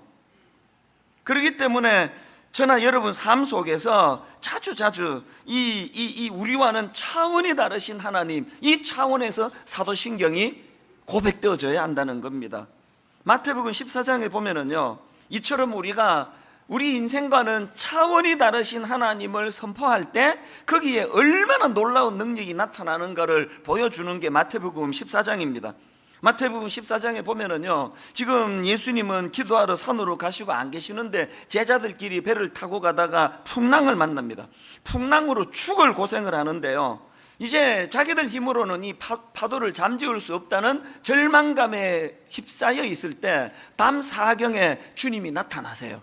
그랬더니 주님은 우리 같은 인생과는 차원이 다르신 능력의 주님이시라는 걸 알고 있던 베드로가 하는 대반전의 고백을 한번 보십시오. 유명한 마태복음 14장 28절.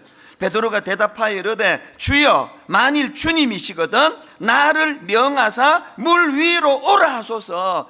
자기와는 차원이 다르신 전능자 예수 그리스도가 나타나셨다는 것을 인식할 때 5초 전까지만 해도 3초 전까지만 해도 이 파도는 자기를 수치에 몰고 가는, 자기의 무능력을 드러내는, 자기를 비참하게 만드는 흉기 같은 흉악한 것들이었는데,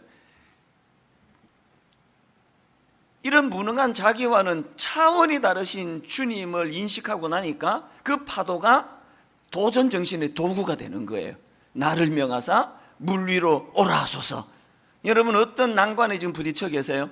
무엇으로 여러분의 한계에 직면해서 초라한 자리에 빠져 계시는지 모르겠습니다만 그 순간에 우리 인생과는 차원이 다르신 하나님을 바라보시기를 바랍니다. 그 하나님은 우리의 이 비참하게 만드는 악한 도구를 하나님 앞에 주님 이름으로 도전하게 만드는 능력의 도구로 바꾸어 주실 줄로 믿습니다. 근데 베드로의 한계가 뭔지 아시죠? 그렇게 자기와는 차원이 다르신 주님을 향한 믿음을 가지고 물로 뛰어들었는데 계속되는 그 파도를 보면서 30절 바람을 보고 무서워 빠져가는지라. 여기 대부분의 믿음 좋은 분들이 이 단계예요. 저 믿음이 좀 있어서 신학교 갔거든요. 믿음이 좀 있어서 미국 생활 정리하고 한국으로 돌아와 지금 제가 목회하고 있고요. 믿음이 좀 있어서 17년 전에 교회를 개척했습니다. 그러나 계속되는 파도, 이 문제가 지나가면 저 문제가 오고 저 문제가 지나가면 이 문제가 오고 계속 이런 어려운 일들이 겹치면은 딱 30절 바람을 보고 무서워 빠져가는지라. 두려워 잠을 이루지 못할 때도 있고 믿음이 도대체 이다 어디로 가버렸나 그렇게 불면의 밤을 보낼 때가 있는 게 그게 인간이에요. 그러나 여러분 지금 비록 베드로가 참 믿음 없음으로 초라한 자리를 보이지만 그 자리에서 베드로가 보여주는 모범이 뭡니까? 자, 무게를 달리해서 30절 다시 한번 보십시오. 바람을 보고 무서워 빠져가는지라. 그때 베드로가 소리 질러 이르되 주여 나를 구원하소서. 이게 또 정답이에요. 제가 믿음이 있어서 목사가 됐지만 저의 불신앙으로 말미암아 저의 믿음 없음으로 말미암아 자주 두렵고 자주 마음에 가슴 두근거림이 있고 이런 일이 있다 할지라도 바로 그 순간에 어떻게 하면 된다고요? 소리 질러 이르되 주여 나를 구원하소서. 그렇기 때문에 저는요 그 마가복음 9장에 나오는 그 아버지 있잖아요. 막 귀신 들려가지고 아들이 귀신 들려가지고 막 거품을 물면서 그렇게 쓰러지는 그 처참한 그 억장에 무너지는 그 아버지의 그 신앙 고백.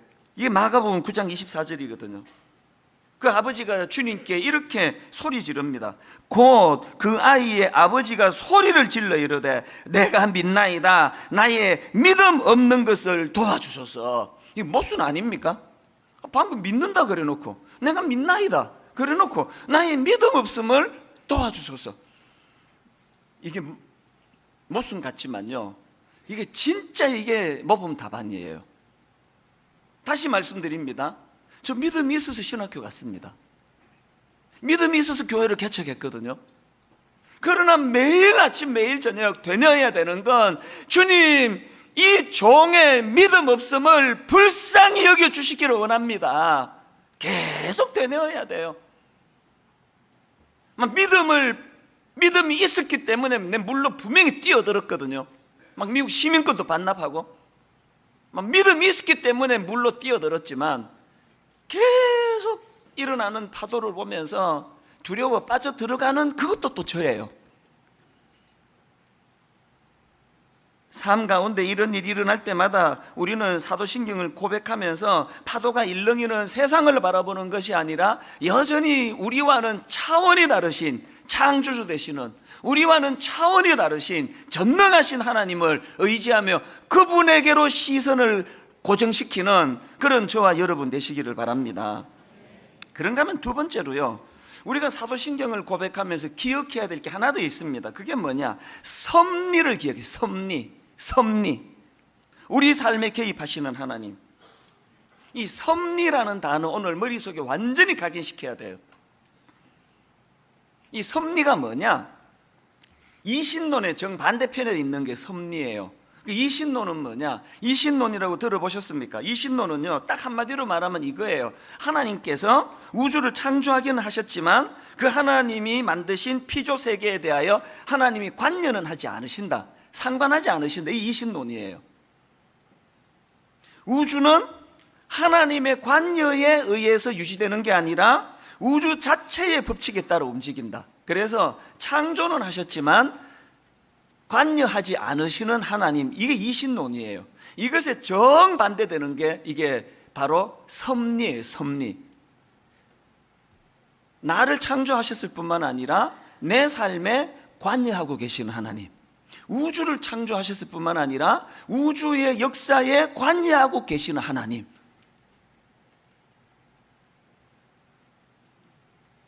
하이델베르크 요리문답 제27문에 이런 질문이 있습니다. 하나님의 섭리란 무엇입니까? 섭리가 무엇이냐는 질문에 답을 한번 들어보십시오. 섭리란 하나님께서 항상 지니고 계신 전능하신 능력으로서 하나님께서는 그것으로 하늘과 땅과 모든 만물을 붙드시고 다스리십니다. 따라서 꽃잎과 풀잎, 비와 가뭄, 풍년과 흉년, 양식과 음료, 건강과 질병, 번영과 궁핍, 이 모든 것들이 사실상 우연히 다가오는 것이 아니라 그의 자애로운 손길로부터 오는 것입니다. 이걸 믿는 게 섭리예요. 여러분이 섭리를 믿는 게 그 삶에 얼마나 놀라운 영향을 미치는가를 두 인물을 제가 들어서 제가 설명을 드릴게요. 여러분이 잘 아시는 요셉, 섭리를 믿는 사람이었거든요.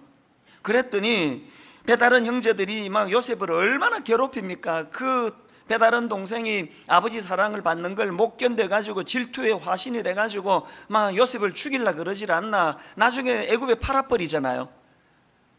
그렇게 어린애가 애굽에 가서 그래도 살아보겠다고 바등바등 거리는데 또 그 이상한 여자를 만나가지고, 또 여러분 이 요셉같이 이 고결한 인품을 가진 사람이 세상에 성폭행 미수범으로 감옥에 갔다. 이게 아무렇지도 않은 사람도 있겠지만요, 요셉 같은 고결한 사람은 이 자체를 막 못 견뎠을 것 같아요.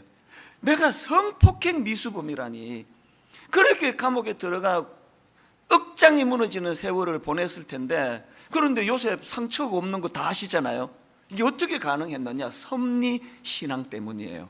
나중에 요셉이 이 모든 난관을 다 이겨내고 그 배다른 형제들을 만났을 때 요셉이 했던 유명한 말 다 아시잖아요. 창세기 45장 8절, 그런즉 나를 이리로 보내이는 당신들이 아니요 하나님이시라. 이게 섭리예요, 섭리.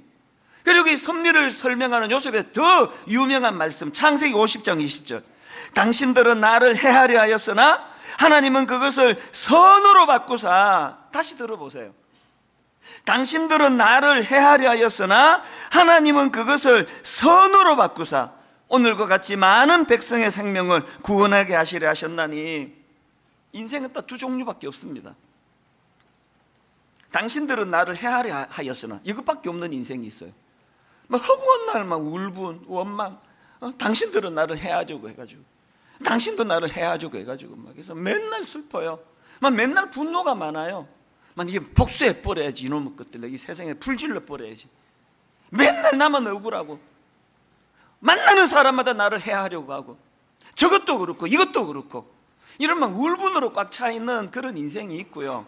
그런가 하면은 그 울분의 사다리를 타고 섭리로 건너가는 인생이 있습니다. 요셉, 당신들은 나를 해하려 하였으나 하나님은 그것을 선으로 바꾸사.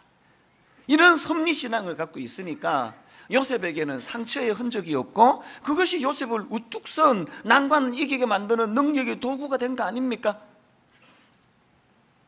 오늘 여러분 이 복잡한 세상 다윗 바울의 고백대로 막 사방으로 애워쌈을 당하는 이 낙심된 상황에서 헤어나올 사람이 누가 있습니까? 저처럼 노출된 사람은 이건 말로나 못합니다. 막 그냥 도마 위에 올려놓고 막 조명이 너무 눈이 부셔가지고 지금 누가 지금 총 쏘는지 아무도 몰라요. 총알이 어디서 날라오는지 모릅니다. 매일이 상처예요. 매일이 억장이 무너지고 매일이 모함이고. 막 듣지도 보지도 못한 것들로 올가미를 갖다 씌우려고 그러고, 이대로 그냥 가면은 저는요 제 명대로 못 삽니다. 막 우울증, 막 울분, 화병, 정상에 또 뭐 조금 있기는 해요. 그러나 어떻게 견뎌내는지 아세요? 당신들은 나를 해하려 하였으나 하나님은 그것을 선으로 바꾸사 이 섭리신앙이 저를 살려내는 거예요. 그런가 하면 다윗을 한번 보세요. 다윗 사무엘하 16장에 보면은요 참 억장이 무너지는 상황이에요. 자식이라고 그 압살롬, 그 아주 페류나 같은 놈의 자식, 권력에 눈이 어두워가지고 그 아버지 목에다 칼을 들이댄 인간이 압살롬 아닙니까? 세상에 여러분 아비로서 이것보다 절망이 있겠습니까? 자식이 쿠데타를 일으켜요. 너무나 비참한 마음으로 지금 왕궁을 빠져나가고 있는데 꼭 이럴 때 등장하는 그 심의, 안 그래도 죽을 것 같은 다윗의 상처에 막 소금을 뿌려대는 짓을 합니다. 저주를 하고 막 돌을 던지고 막 조롱을 하고, 시므이는 사울왕 가문의 사람이기 때문에요 뭐 시므이 입장에서는 또 이해가 돼요. 그러나 지금 여러분 다윗 일행 입장이 지금 안 그래도 죽을 것 같아서 지금 뭐 숨만 겨우 쉬고 도망을 가는데 거기다 대고 막 저주를 퍼붓고 돌을 던지고 그러니까요 다윗을 따르던 신하들이 격분한 거예요. 그래서 이제 자 사무엘하 16장 9절에서 보십시오. 스루야의 아들 아비새가 왕께 여짜오되 이 죽은 개가 어찌 내 주 왕을 저주하리이까? 청하건대 내가 건너가서 그의 머리를 베게 하소서. 무슨 의미인지 아시겠죠? 왕이요, 우리 아무리 급하지만 이런 인간은 내버려 두면 안 됩니다. 말씀만 하시면 내가 목을 베버리겠습니다. 그렇게 그냥 막 울분을 표하니까 이 신하의 충언에 반응하는 다윗의 반응을 한번 보십시오. 바로 그 다음 10절입니다. 왕이 이르되 스루야의 아들들아 내가 너희와 무슨 상관이 있느냐? 그가 저주하는 것은 여호와께서 그에게 다윗을 저주하라 하심이니 네가 어찌 그리 하였느냐 할 자가 누구겠느냐? 섭리신앙을 가진 다윗의 놀라운 고백이에요. 그 사람 맞상대하지 않겠다는 거예요. 저렇게 자기를 향해 돌을 던지고 저주를 퍼붓는 저 시므의 말조차도 저 사람의 저주를 통해서 하나님이 내게 무슨 깨우침에 무슨 경고의 말씀을 주실지 어떻게 아느냐? 우리가 상대할 사람은 저 시므이가 아니라 여호와 하나님이시다. 이게 다윗이 보여주는 모습입니다. 오늘 우리는 대인관계에서 왜 이렇게 상처를 받는 겁니까? 오늘 우리는 살아가다가 환경에 함몰돼서 왜 억장이 무너지는 그런 일들을 자주 직면해야 되는 겁니까? 대안은 없습니까? 어떻게 하면 이 상처투성인 인생을 극복할 수 있습니까? 사도신경을 고백할 때마다 그 질문을 던지시기를 바랍니다. 사도신경을 고백할 때마다 하나님의 섭리, 하나님은 나를 창조하신 분이실 뿐만 아니라 오늘도 내 삶에 개입하고 계시는 분이다. 저 내게 상처를 주는 저 사람의 말을 통해서도 하나님은 선한 뜻을 이루어가고 계신다. 다윗처럼 그렇게 고백을 하니까 상처가 없는 거 아닙니까? 나중에 다윗 왕이 다시 왕궁으로 복귀할 때 시므이가 납작엎드려 용서를 구합니다. 용서하기가 이게 쉬운 일이겠습니까? 그런데 용서를 해요. 어떻게 가능할까요? 다윗은 하나님을 상대하기 때문이거든요. 저는 이번 정진영 목사 수요 설교 사건을 겪으면서 하나님께 많이 기도했습니다. 아버지, 저도 요셉같이 반응하기 원합니다. 아버지, 저도 다윗처럼 반응하기 원합니다. 사람을 상대하지 않기 원합니다. 여러분, 다윗 입장에서 자기를 저주하는 원수도 용서를 하는데, 지금 정진영 목사 수요 예배 끈은요, 이 원수 상대하는 거 아닙니다. 형제예요. 여러분, 형제입니다. 오해할 수 있습니다. 오해 풀어드리면 되는 거예요. 문제를 복잡하게 갖고 가시면 안 되는 거 아닙니까? 하나님의 섭리를 개입하는 거예요. 여러분에게 그런 말을 했지만 위로해 준다고 해주시는 말씀 앞에 한결같이 말했습니다. 저를 살려준 건 새벽이라고요. 오후 저녁에 막 복잡하고 막 혼미하고 뭐 이거 어떻게 풀어야 될지 모르는 그런 혼란스러운 상황이 있을 때 그냥 일찍 자는 거예요. 그리고 새벽에 일찍 일어나 마음을 다 비운 상태로 하나님의 섭리로, 하나님 이번에 이 일을 통해서 저와 분당 우리 교회에 어떤 말씀을 주시기 원하십니까? 진짜 유익했습니다. 제 목회자로서 제 연약한 거 많이 점검하게 됐고요. 원래부터 알고 있었던 게 뭐 대부분이고, 이번에 새로 알게 된 것도 또 뭐 몇 가지나 되는데 뭐 알려고 하지 마시고요. 저만 알면 되니까 고칠 거예요. 고쳐 나갈 겁니다. 분당 우리 교회가 뭐 복지재단 또 이웃사랑 여러 가지 일 좀 한 것 같고 거들먹거리지도 않았지만, 그러나 여전히 우리 교회가 대사회에 대하여 해야 될 일들이 있는데 못한 거 이번에 많이 발견됐습니다. 하나님 앞에 다 시인했습니다. 제가 잘못했다고.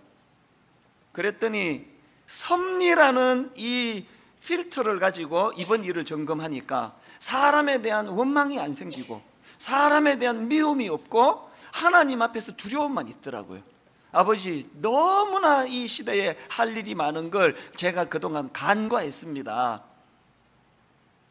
예를 들면은 저는 이번에 이 일을 통해서, 하나님의 섭리를 통해서 많이 깨달았습니다. 한국 교회가 지금 2중 3중으로 마음이 갈라지고 있고, 보수 진보, 진보 보수가 제가 생각하는 그 이상으로 서로를 향하여 너무나 많은 상처를 주고받고 있더라고요. 과연 이찬수 목사가, 과연 분당 우리 교회가 이렇게 갈갈이 찢어진 우리 그리스도인 공동체를 통합하고 하나로 만드는 일에 받을 수 있을까? 하나님 그렇게 쓰임받기를 원합니다. 그 기도하는 거예요. 에베소서 2장 14절에 주님의 이 마음을 한번 보십시오. 그는 우리의 화평이신지라 둘로 하나를 만드사 원수된 것 곧 중간에 막힌 담을 자기 육체로 허시고, 어떤 경우라도 우리는 적이 아닙니다. 싸워야 될 골리앗은 따로 있습니다. 이런 이념, 저런 생각이 다 모아져서 예수 십자가 앞에 하나가 되어서 한 마음으로 뭉쳐나가 한국교회가 하나 되는 일에 저와 분당 우리 교회가 쓰임받기를 기도해 주시기를 원합니다. 두 번째로 제가 이번에 하나님의 섭리 가운데 반성한 것, 반동성애 문제와 관련해서 저나 분당 우리 교회가 진짜 해야 될 일이 있다는 걸 이번에 발견을 했습니다.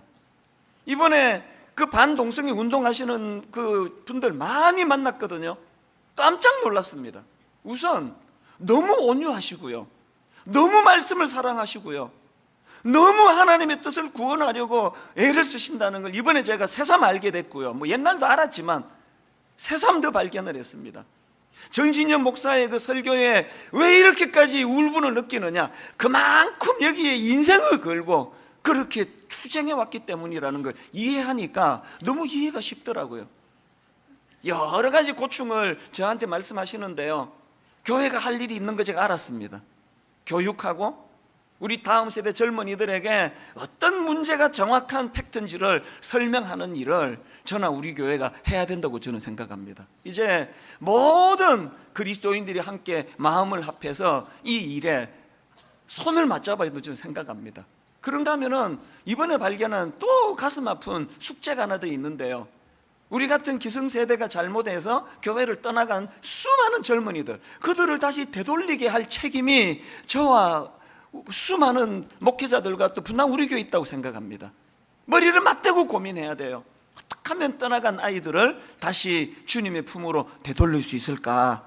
이런저런 고민을 가지고 요새는 뭐 그냥 상처받아서 잠을 못 이루는 게 아니고요, 딱 새벽에 일어나면은 과업이 너무 많아져서 지금 굉장히 새벽마다 생각이 많아져 있습니다. 오늘 여기 성도님들에게 부탁 한 가지 드립니다. 분당 우리 교회 각 분야의 전문가들 많으시지 않습니까? 여러분, 많은 전문가들에게 부탁드립니다. 분당 우리 교회의 이런 시대적 사명을 여러분들이 좀 캐내어 주세요. 그리고 저를 좀 지도해 주세요. 모든 전문가들이 함께 모여서 이제 분당 우리 교회가 이 시대와 민족 앞에, 복음 앞에 할 일을 회피하지 않는 그런 너무나 좋은 도구로 이번에 정진영 목사 이 일이 아름답게 쓰임받게 되기를 바랍니다. 사실 아직도 이번 일로 그 받은 상처들이 치유되지 않은 많은 부분이 있는 게 사실이에요. 여전히 왜곡된 가짜 뉴스를 퍼뜨리는 분들이 계시고요. 그분들이 뭐 정체를 모르니까 이단인가? 왜 이러시지? 뭐 예를 들면은 뭐 지난 대통령 선거에 제가 설교 시간에 아주 대놓고 그것도 아주 지혜롭게 모 후보를 찍어야 된다는 식으로 선거운동을 했다.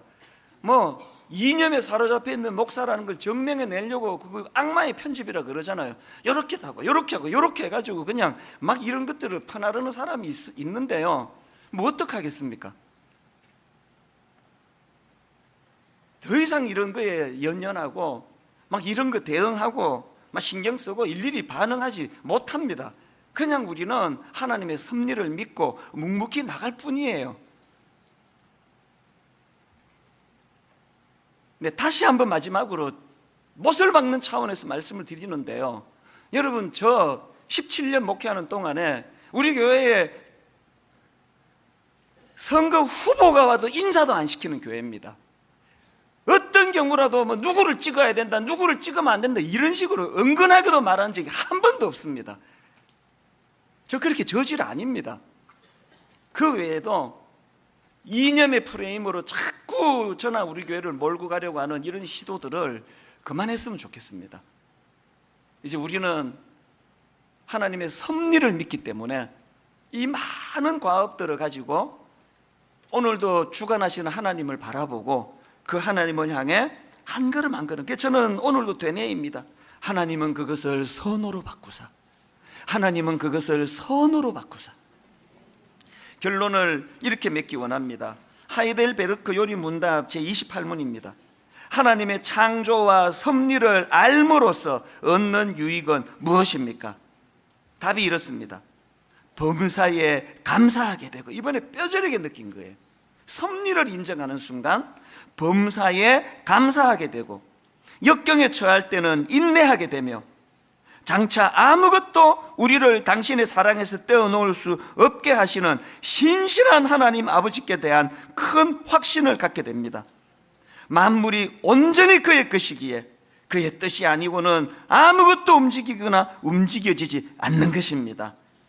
저는 오늘 이 섭리를 믿는 사도 바울의 고백 한 구절 읽어드리고 말씀을 마무리하려고 하는데요.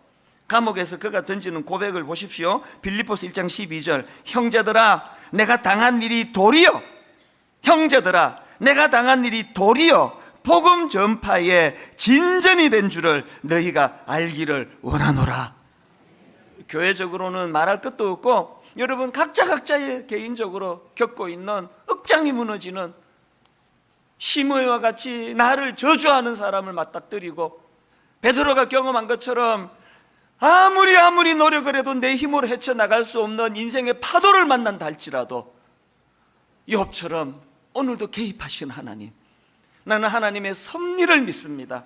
이 모든 과정을 통하여 나를 순금같은 정금같이 나오게 하리라는 그 하나님을 믿는 이 믿음이 저나 여러분 삶 속에서 회복이 되고 작동되기를 주님 이름으로 축원합니다. 이 신앙 고백을 가지고 찬양을 부르기 원하는데요. 사랑하는 나의 아버지 이름 높여드립니다. 그 다음 가사가 이렇습니다. 주의 나라 찬양 속에 임하시니, 여러분 하나님의 전능하심을 선포하면 거기에 능력이 나타납니다. 주의 나라 찬양 속에 임하시니 능력의 주께 찬송하네. 지난 한 주 동안 어떤 파도와 싸우느라 지쳐 계세요? 어떤 시므이를 만나 마음이 상해 계세요? 이것들을 한 번에 몰아내는 능력의 주님을 찬양하는 시간 되기 원합니다.